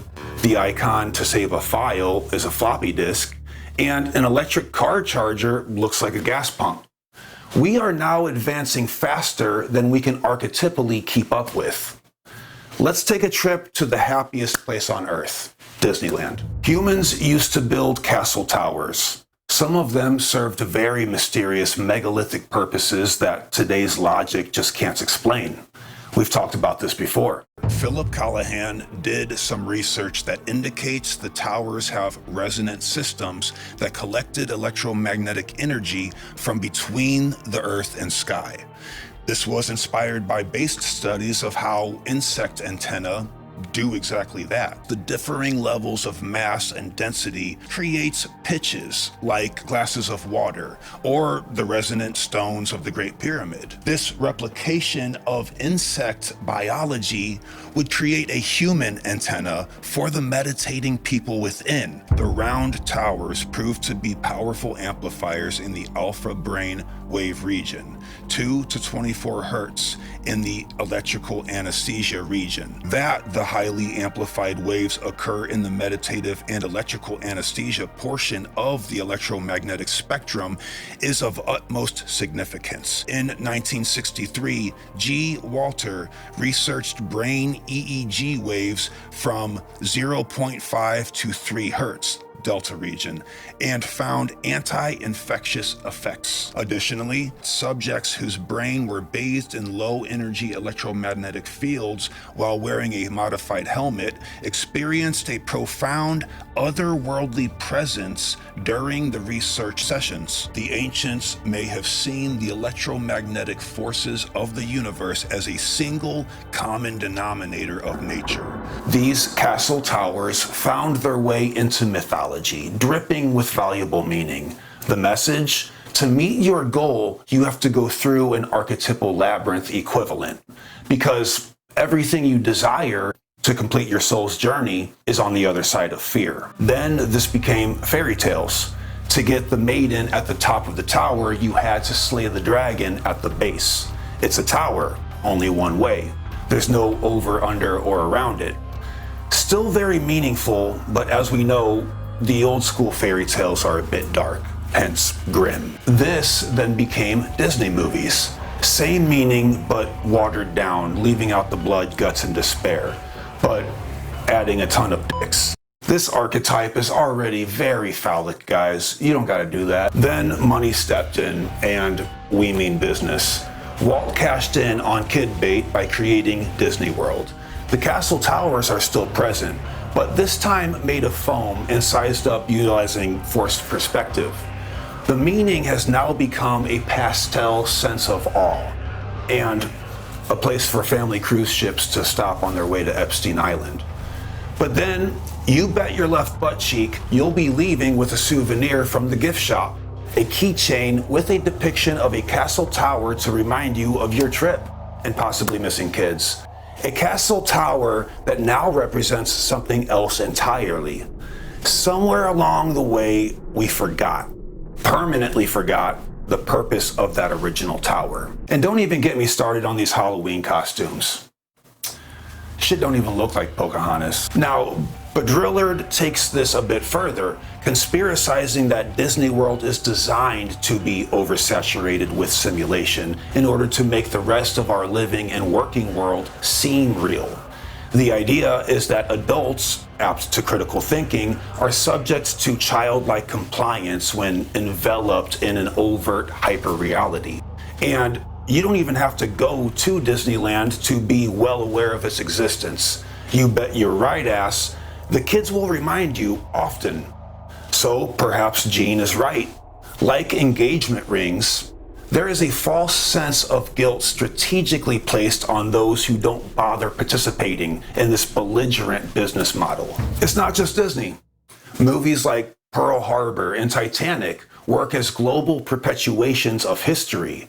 By ignoring real research and sourcing from watered-down chronicles written by the winners, they can quite literally rewrite history in the collective mind of humanity.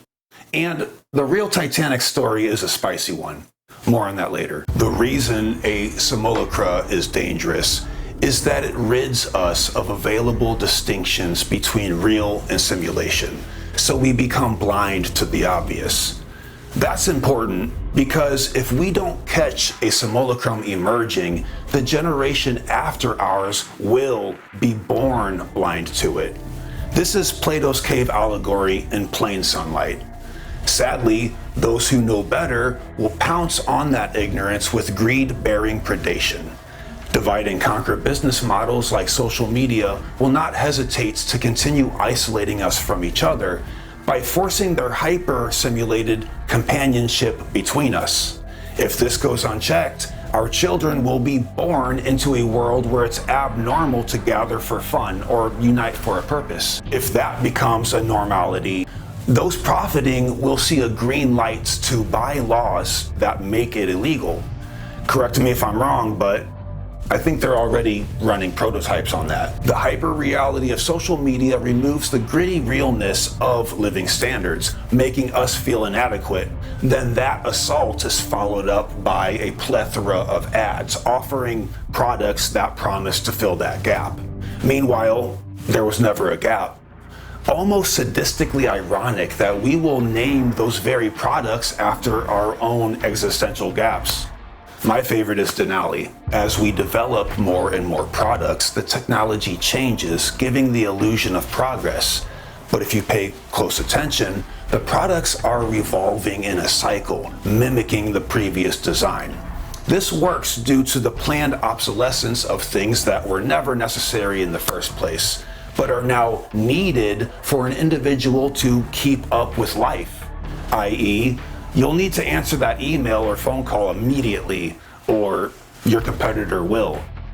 Footnote, nothing in our evolutionary psyche has ever prepared us to be on call 24/7.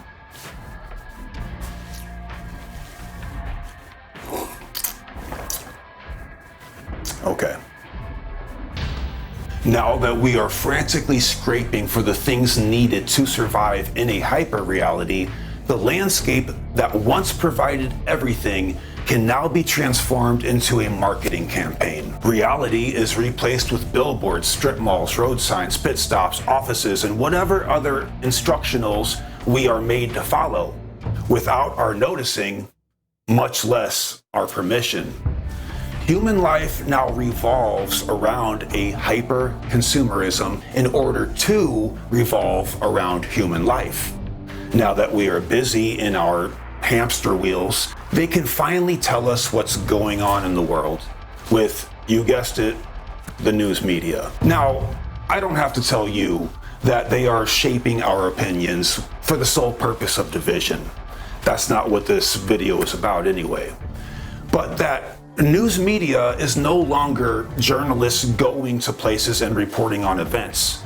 Instead, it's a recycled clickbait reporting on a report, reporting on a report. In fact, I recently saw an advertisement on social media selling an app product where you can make your own news media by copy pasting headlines from whatever, any news site you want, slap a picture of a celebrity on it, and link it to another advertisement. Dude, we are surrounded by signs that refer to other signs. At this point, authentic living is nearly impossible without adapting to the hyperreality and thus becoming it.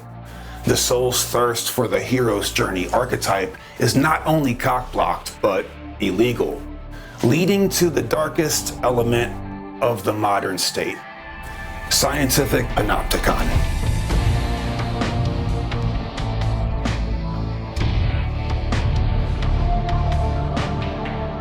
David Fiddler, whose last name could use some work, authored an extraordinary book rich in esotericism entitled with a very straightforward word pun.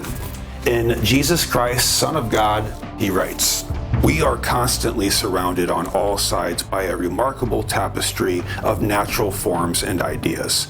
Yet, despite the wonders of the universe and our unique powers to survey the realms of both mind and matter, we have been socially trained to concern ourselves with the smallest fragments of a larger reality, while our modern approach in both science and commerce is toward an ever-increasing specialization and toward conceptually rendering the fabric of nature into ever smaller fragments.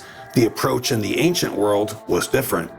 Then, science, philosophy, learning, even culture itself developed from a spontaneous recognition of the beauty of the natural order, and from the realization that the universe of which we are all a part is a living whole. This is something we tangibly sense whenever we are confronted with the experience of beauty. The life of each civilization and every individual is influenced by underlying mythologies, whether sacred, scientific, secular, or profane.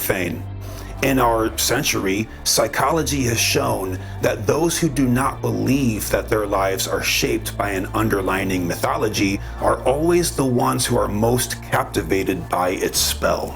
The question is not how to get rid of mythology, but how to find the most beautiful and rewarding mythology so that we can live our lives on the highest possible level. The underlying mythology of the present age is based on the ideology of materialism, the notion that physical matter is the ultimate reality.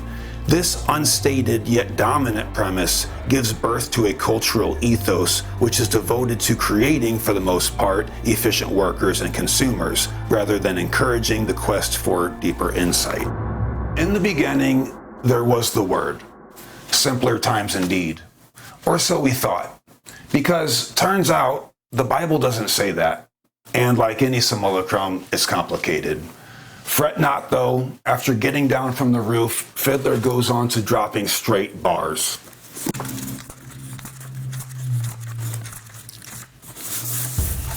Word is a very inadequate rendering of the original Greek term logos. Logos has many meanings, but none of them is word, which is based on a translation of a translation. When the Greek New Testament was translated into Latin, logos became verbum. And when the English King James translation was made from the Latin version, verbum became word, twice removed from the original text. Since logos has so many meanings in ancient Greek, ranging from the scientific to the mystical, it is best left untranslated. Logos designates the power of reason or pattern to the ordering of things and the principle of relationship. In general, it has the following meanings: order or pattern, ratio or proportion, reason both in the sense of rationality and in the sense of an articulation of the cause of something, and a principle of mediation and harmony between extremes. This is interesting. This has Uncle Carl's Mysterium Canonicalis written all over it. But let's not get sidetracked too much yet. We have been led to assume that logos is non-dual, that is, a singularity, the word. This has two important implications. A, this primordial logos emanated from a non-dual source, requiring a duality-based existence, a monad splitting itself into parts to experience itself, by speaking information representing itself into a void of which it is not. Naturally, the splitting apart was a distinct ratio, a golden ratio of non-repeating numbers that could go on forever without ever having to cycle back onto itself. Mathematics that ensure no direct copies are made. So every time it duplicates, its new twin has the full impression that it is its own thing independently. Every copy would be forgetful of its source creator. But there's a side effect. If those new sections attempted to create their own copies while ignorant of their source, they would be working with an incomplete chain of information. Duplications would inevitably be copies of copies instead of reflections of the original source. This feels really familiar, perpetually familiar, almost as if the Gnostic texts were, dare I say, scientific documents based in undiscovered mathematics. I digress. And B, you forgot there was two parts, didn't you? Yeah, me too when writing this. And B, this translation of a translation collapsing into a mistranslation might be the defining moment that separated science from spirituality. Let's think about it. It's no secret that these two studies used to be one. We talk about hermetics all the time here. But modern science is based in a dualistic reality where reactions take place as causal. Translating the Word of God as non-dual would surely undercut any spiritual notion from what we clearly observe in the mechanics of today's science, the source of which would be put aside as anti-existent because it can't be measured. What if this swipe of the pen simulacrum is what took God out of the math equation, only to re-emerge later under a different name, a hypothetical unified field? This disconnect would not only have modern material science chasing a copy of a copy, but would easily catapult it into simulacra. In other words, a business model. In any case, we are ignoring a core causal reality structure in every moment that we are alive, due to being cut off at that particular ratio. This forgetting has us born blind and separated. Perhaps this elusive thing that we call enlightenment is just a matter of how good our memory is. Hold on. Don't go into the quote break yet. I know it feels right on that line, but I'm feeling a little empty about it. Let's see if we can collectively jog our own memory using the same theme. The prologue to the fourth gospel is the Bible's way of introducing this logos in a familiar way.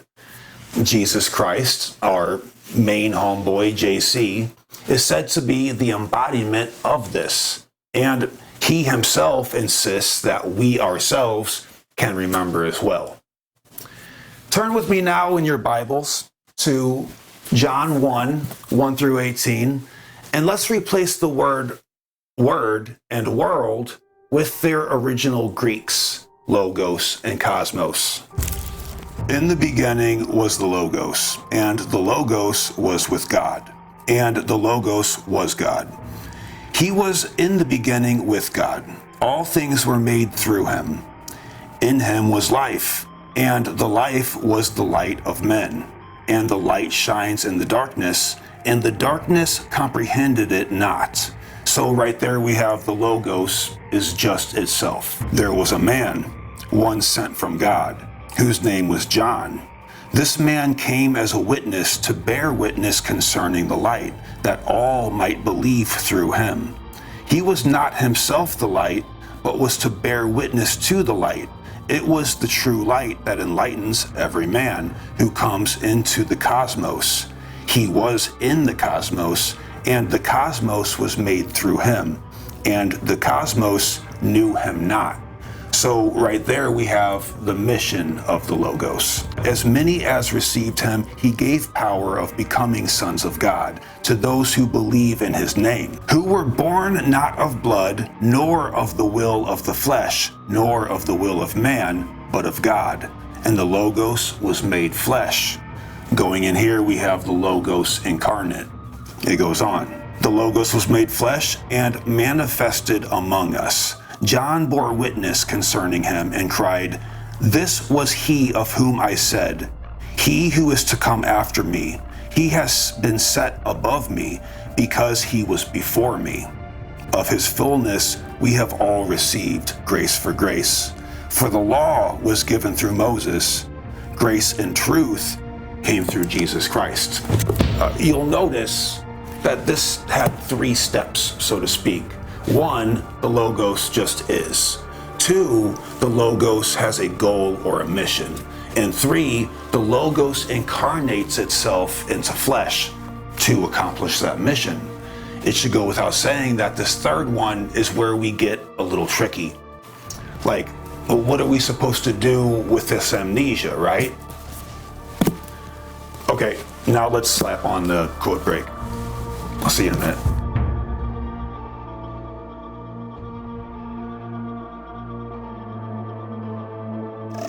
Right about now, you might be asking, if science and religion were one, why is the Bible not scientific? Well, depending on who you ask, it kinda is if you consider it to be written in code. See my boy Bill Donahue for more on that, or this episode that we did. But why would any knowledge be in code at all? Is it to hoard power? Well, not really. I mean, sometimes, but not necessarily, especially with occult knowledge. Sallustius explains this secrecy well in his wise treatise On the Gods and the Universe. To wish to teach all men the truth about the gods causes the foolish to despise, because they cannot learn, and the good to be slothful, whereas to conceal the truth by myths prevents the former from despising philosophy and compels the latter to study it. So, it's kind of nice, right? It's like, well, I guess some things never change, but it's about preservation. You know, we don't want Sean getting a hold of this stuff, or he'll run around spouting it off and make a fool out of all of us. Guilt by association. You've seen TikTok. Oh. But what if there were parts of the Bible that leaned into ancient science and pattern recognition? If so, that would certainly fill in some holes and remove a lot of the superstitious stigma attached. The Book of Jubilees is not a Gnostic text, but it's also not canon either.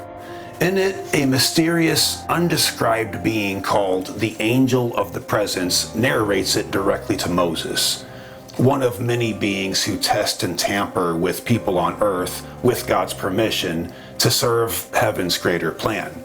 You know, kind of like Satan, but let's reel it in. It's known as the Little Genesis because it seems to go through and explain various parts of the canonical Bible that frankly just don't make sense, making it a very, very sacred text once upon a time. To say it was followed strictly is an understatement because Jubilees was keen about pattern recognition.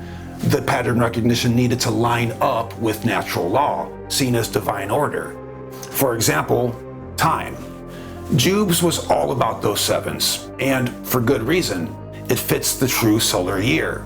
7 weeks of 7 years fits nicely into a jubilee of 49. The reason it works? Each year was 364 days, divisible by 7, and each of those 12 months had 30 days total, despite being solar. Kind of neat. Jubilees insisted that time had dimensional space and form, long before you saw the recent memes. You know the ones. This calendar was a carefully measured representation of our place in the cosmos. It reflected the zodiacal macrocosm directly, linking us, its microcosm, to it. So no matter what we did or planned to do, it was harmoniously in tune with the causal. Except, of course, in the case of sin. Using the wrong calendar was considered sin, but not because of some religious taboo.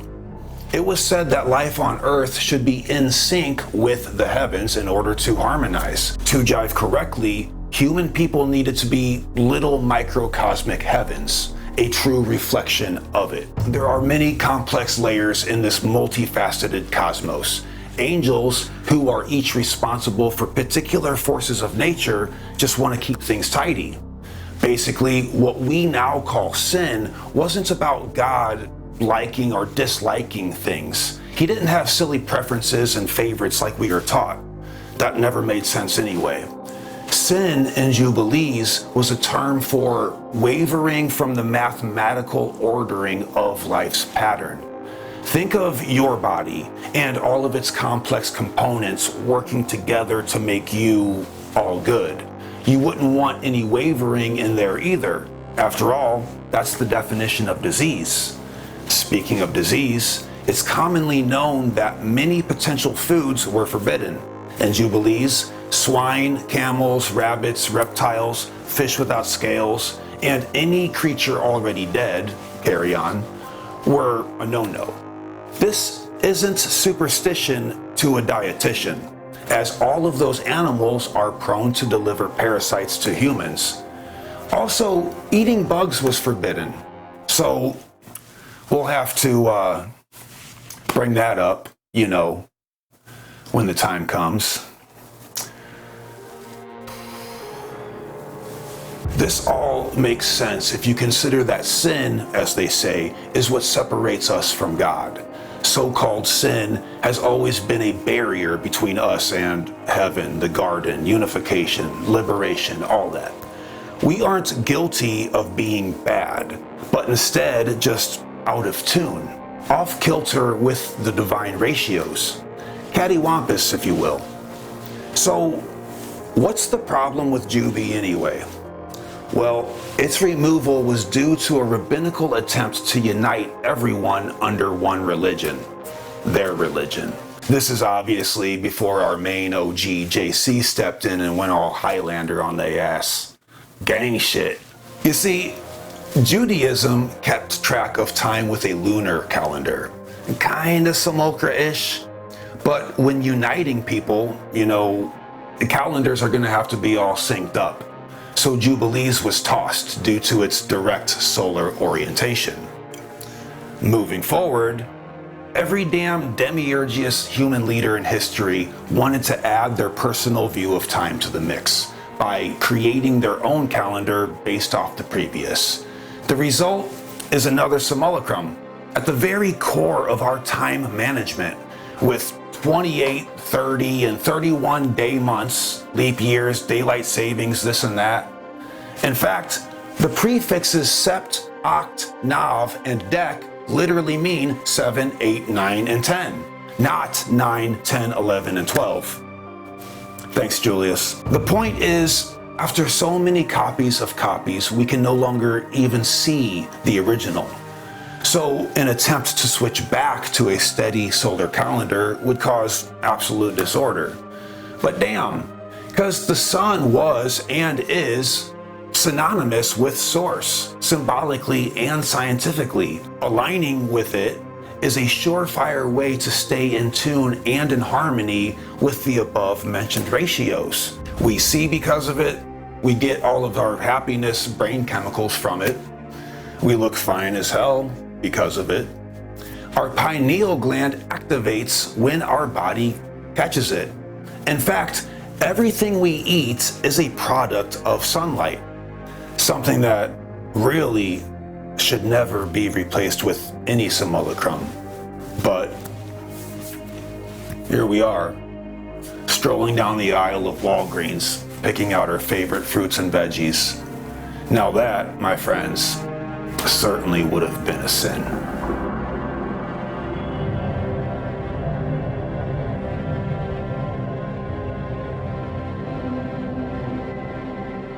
Gene Baudrillard obviously had a pretty sharp eye that habitually cut right through bullshit.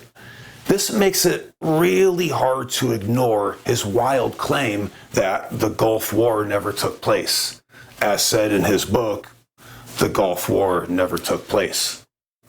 Oh boy. That, like any simulacra, it was a running simulation to perpetuate business and control. The way this is done is with fear, of course. But the way this is accepted is with a tool that serves as the biggest, loudest, and most misleading simulacrum of all. Education. Come on, let's get spicy. Gene was a top academic and a college professor. So his critical slant on education is no he said, she said bullshit. I think you'll find his opinion after a lifelong career of teaching as brutal enough. Here's my take on it. A diploma makes you credible. You get a diploma by passing a test. You pass the test by reaffirming what someone else has told you is right. So, logically, credibility now means how well one can stick to a script. This was, and still is, a brilliantly executed way to sculpt the future hive mind of humanity. And let me tell you personally, I've had my nose in quite a few books now. Some of the dumbest ones are authored by a name followed by that string of acronym letters, PhD, MD, PG-13, MDMA, or YMCA, whatever. And some of the deepest are authored by some dude just bursting with inspired awe. Guess which one of the two goes into our curriculum? Do me a favor. If you ever meet the Buddha, Siddhartha, and he tries to share his wisdom, tell him, hey, whoa, slow down. I'm gonna need to see some credentials first. Where's your certification of wisdom there, bub? A great mind has never needed a diploma. It transcends that mind with a cerebrally hygienic education that tends to knock hard. Perhaps you'll remember, a while back we did a 3-part series on ancient mystery schools: Initiate, Priest Kings, and Stairway to Certitude, some of my personal favorites. One of the many invaluable nuggets taken from that subject is the concept of graduation.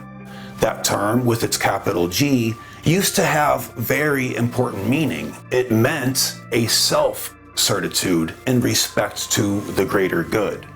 Basically, the initiated passed a deeper test, a test of selfhood and grace. A new wisdom was attained, ensuring the student could be trusted to go out into the world and leave everything he touched a little better than when he arrived. This graduation meant that he was tempered in his diploma, exuding it from his very bones. There was no need to wear it on his sleeve or attach titles to his name. He simply was it. Safe to say, this is no longer the meaning of graduation. Not only do we wear our diplomas on our sleeve, but we wear them as a mask, meant to be the first damn thing people judge you by, instead of the wisdom of your character. Once we've earned the badge, we shed the incentive to contribute to the greater good. The motivation becomes inflating the badge. All of a sudden, and I mean literally the phrase, before you know better, it represents itself as an institution rather than the responsibilities that birthed its necessity. This badge, now an asset of value, goes on to become monetized. You can buy diplomas now from just about any institution you want. So the unsaid meaning of education is how much money mom and dad have on you. Qualifications measured and judged on monetary luck rather than intelligence and character. The diploma has decayed into what an Instagram badge literally is. Like our calendars, we can no longer even see the original meaning. So our core values, real world worth, and basic human needs are viewed as abstractions. Nowhere is this trouble more clear than the public reaction to Uncle Carl's most grandiose alchemical codex, Mysterium Canonicanus. Said to be Uncle Carl's most difficult book, readers insist that every notion put forward in it is brand new despite being starkly factual, with little to no speculation. But how can that be? If it's a doctrine of sheer reflection of the original human psyche, wouldn't it be an easy read? Well, nope. That's how disconnected we are from ourselves. In fact, the book is so difficult yet profound that there are published lectures on it, and then there are books about those lectures. I mean, damn. So let me tell you about one of them. Edward Edinger talks about Mysterium in a way that reminds us of our subject today. I'm book salesman at this point. Those periods in human history when symbol formation still went on unimpeded. One could fantasize at liberty and describe the phenomena of the outer world as seen in the test tube or the retort. One can't do that anymore in modern science because there is, to use a fancy term, epistemological criticism. When a distinction is made between the subjective source of data and the objective source of data, that's epistemological criticism. But the alchemists lacked that, so their symbolic nature flowed freely into their descriptions. And as the result, we have this marvelous panorama of the objective psyche unfolded before our eyes. Mysterium describes the anatomy of the psyche. It is a book of facts, not theories, and it is difficult for us in the same way that an anatomy book is difficult. I was suddenly confronted with this sea of facts, each of which had a strange, unfamiliar name. To grasp the facts of anatomy, one has to experience them. Go into the dissecting room and start working on a cadaver. Then the facts in the anatomy book take on meaning because you can relate them to something that you can actually see. Psychologically, we get the same experience from analysis, primarily from our own analysis, our own self-dissection, so to speak. The objective transpersonal psyche is shining through unconscious material constantly. But if we are totally preoccupied with the personal dimension, we'll only be able to see the personal aspects of the material. The objective psyche shines through. You can't point it out to the analyst hand, however, if you don't see it yourself.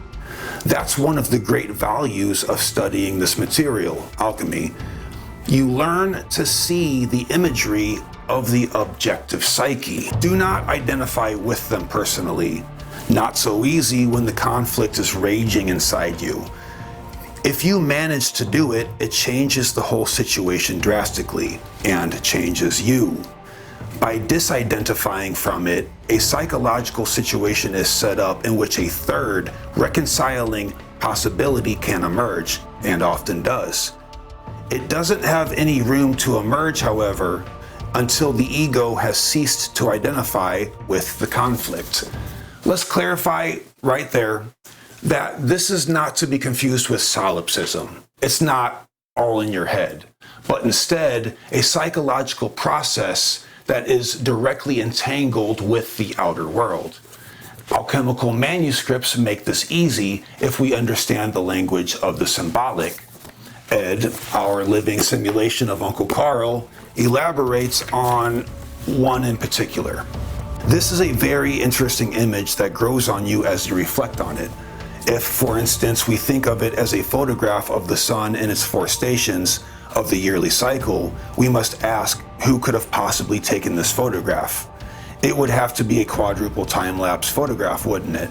In other words, That picture has to be taken from a position outside of time.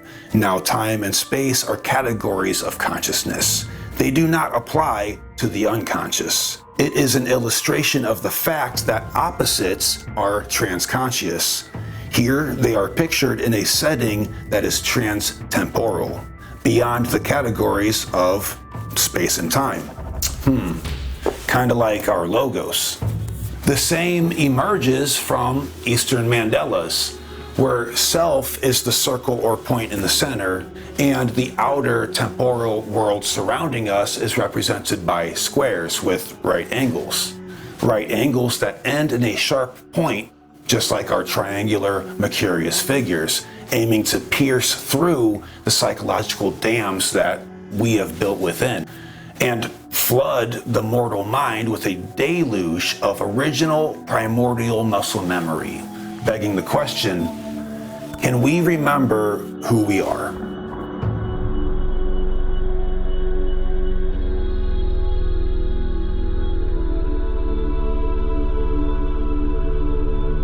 Simulacra is everywhere.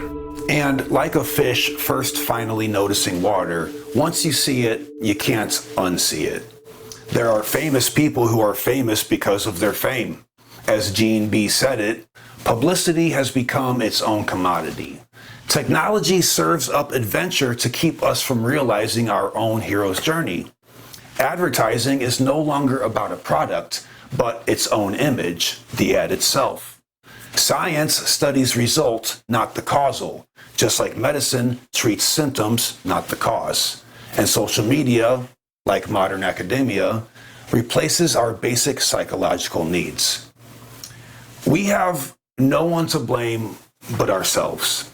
Utopia is too easy, and heaven just isn't hot enough. So we drift, springing in prideful strides away from the natural ordering ratios of a mathematical god called logos and time-space. Each unit of progress is another step further from source, thus further from enlightenment. It all adds up to a subset, a total loss of actual meaning. And absence of meaning has heavy psychological impact. It erodes human thought and diminishes critical thinking. That is, if it's not recognized. What if simulacrum is actually a good thing? What if it's a natural discourse of human evolution? Stripping the individual from their own personal hero's journey might just set the course needed for a globally shared hero's myth, testing and tempering humanity as a whole. We read directly from a couple books today, none of which were actually Gene's Simulacra and Simulation. Perhaps you catch the pun. But Gene's book surprisingly ends with a little hope, enough to turn this mood around. You see, when living in a world dominated by hyperreality, the only things that still hold meaning are those that highlight the decay of those systems. In a world of corruption, the only rebellion left is to live authentically a life of kindness and love. There is a reason we came into the earth realm in a wet, electrical, fragile suit of emotions. We stray far away from source, really testing the limits of our soul's boundaries, only to eventually return again and again, stronger and stronger. This is a cornerstone of every religion, even Abrahamic ones if you dig around enough. The biggest difference coming from esoteric tradition, alchemy, and the mystery schools is whether or not we can overcome our living amnesia while wearing this emotional suit. That is, to remember pure, unobstructed source while we are way out here, cast like bait to archons of jealous fury and the temptation of muses who thrive on the fringe of the furthest reaches of this cosmic mandala. To remember who we are while stuck in the flesh is how and why we die before we die. All of a sudden, and I mean before you know it, the simulation is no longer a trap. and a simulacrum becomes the greatest tool to see through the illusion. A quickening, so to speak, because this tool is alchemical in one very important sense. Once you see through the walls of your cube, you can't throw it in reverse, Terry. Neti neti, a Buddhist axiom meaning not this, not that, works to back engineer our logic. A kind of process of elimination that leaves us with nothing left but the original selfhood. Self-subjective initiation isn't strict to just Eastern mysticism and Western alchemy, but is, I think, illustrated best in the mythic wisdom of the native Hopi. When each successive period of development concludes with catastrophic destruction to world and mankind, he passes on to the next. The four lower centers, as they successively descend in man, decrease in purity of consciousness and increase in grossness of physical function. In the fourth stage of development, he reaches the lowest and midpoint of the journey. The fourth world, the present one, is the full expression of man's ruthless materialism and imperialistic will, and man himself reflects the overriding gross appetites of the flesh. With this turn, man rises upward, bringing into predominant function each of the higher centers. The door at the crown of his head then opens, and he merges into the wholeness of all creation whence he sprang. It is a road of life he has traveled by his own free will. He has traveled by his own free will, exhausting every capacity for good and evil, that he may know himself at last as a finite part of infinity. Ignoring the fact that that sounds just like the Eastern Hindu Kundalini chakra system, but on the literal other side of the world before boats, we can learn multitudes from this passage alone. It reminds us that we must be parted from what we depend on in order to grow. This is why Jung describes the archetypes of the orphan and the widow as intrinsic to everyone on the process of individuation. Like Uncle Carl said, there is no coming to consciousness without pain. This is why our Gnostic Sophia wandered off from the perfection of Pleroma to experience confusion through amnesia, and to see if she could still create wholeness while untethered from her consort, the monad. Moving in perfect sequence, 1, 1, 2, 3, 5, 8, 13, 21, 34, 55, 89, and 144, etc. But all the while ignoring the very source that makes those numbers exist in the first place, the zero.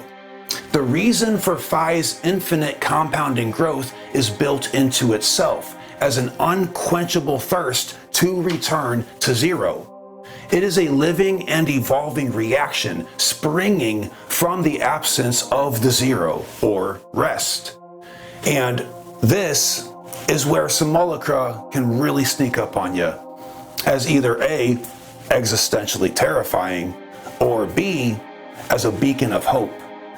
Because a simulated reality means that meaning, past, present, or future, is entirely programmable to those who are initiated into understanding its code.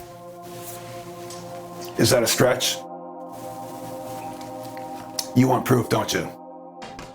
Well, the best I can do is declassified CIA docs, quantum science, and a story of titanic proportions. Come on board, and let's get our feet wet.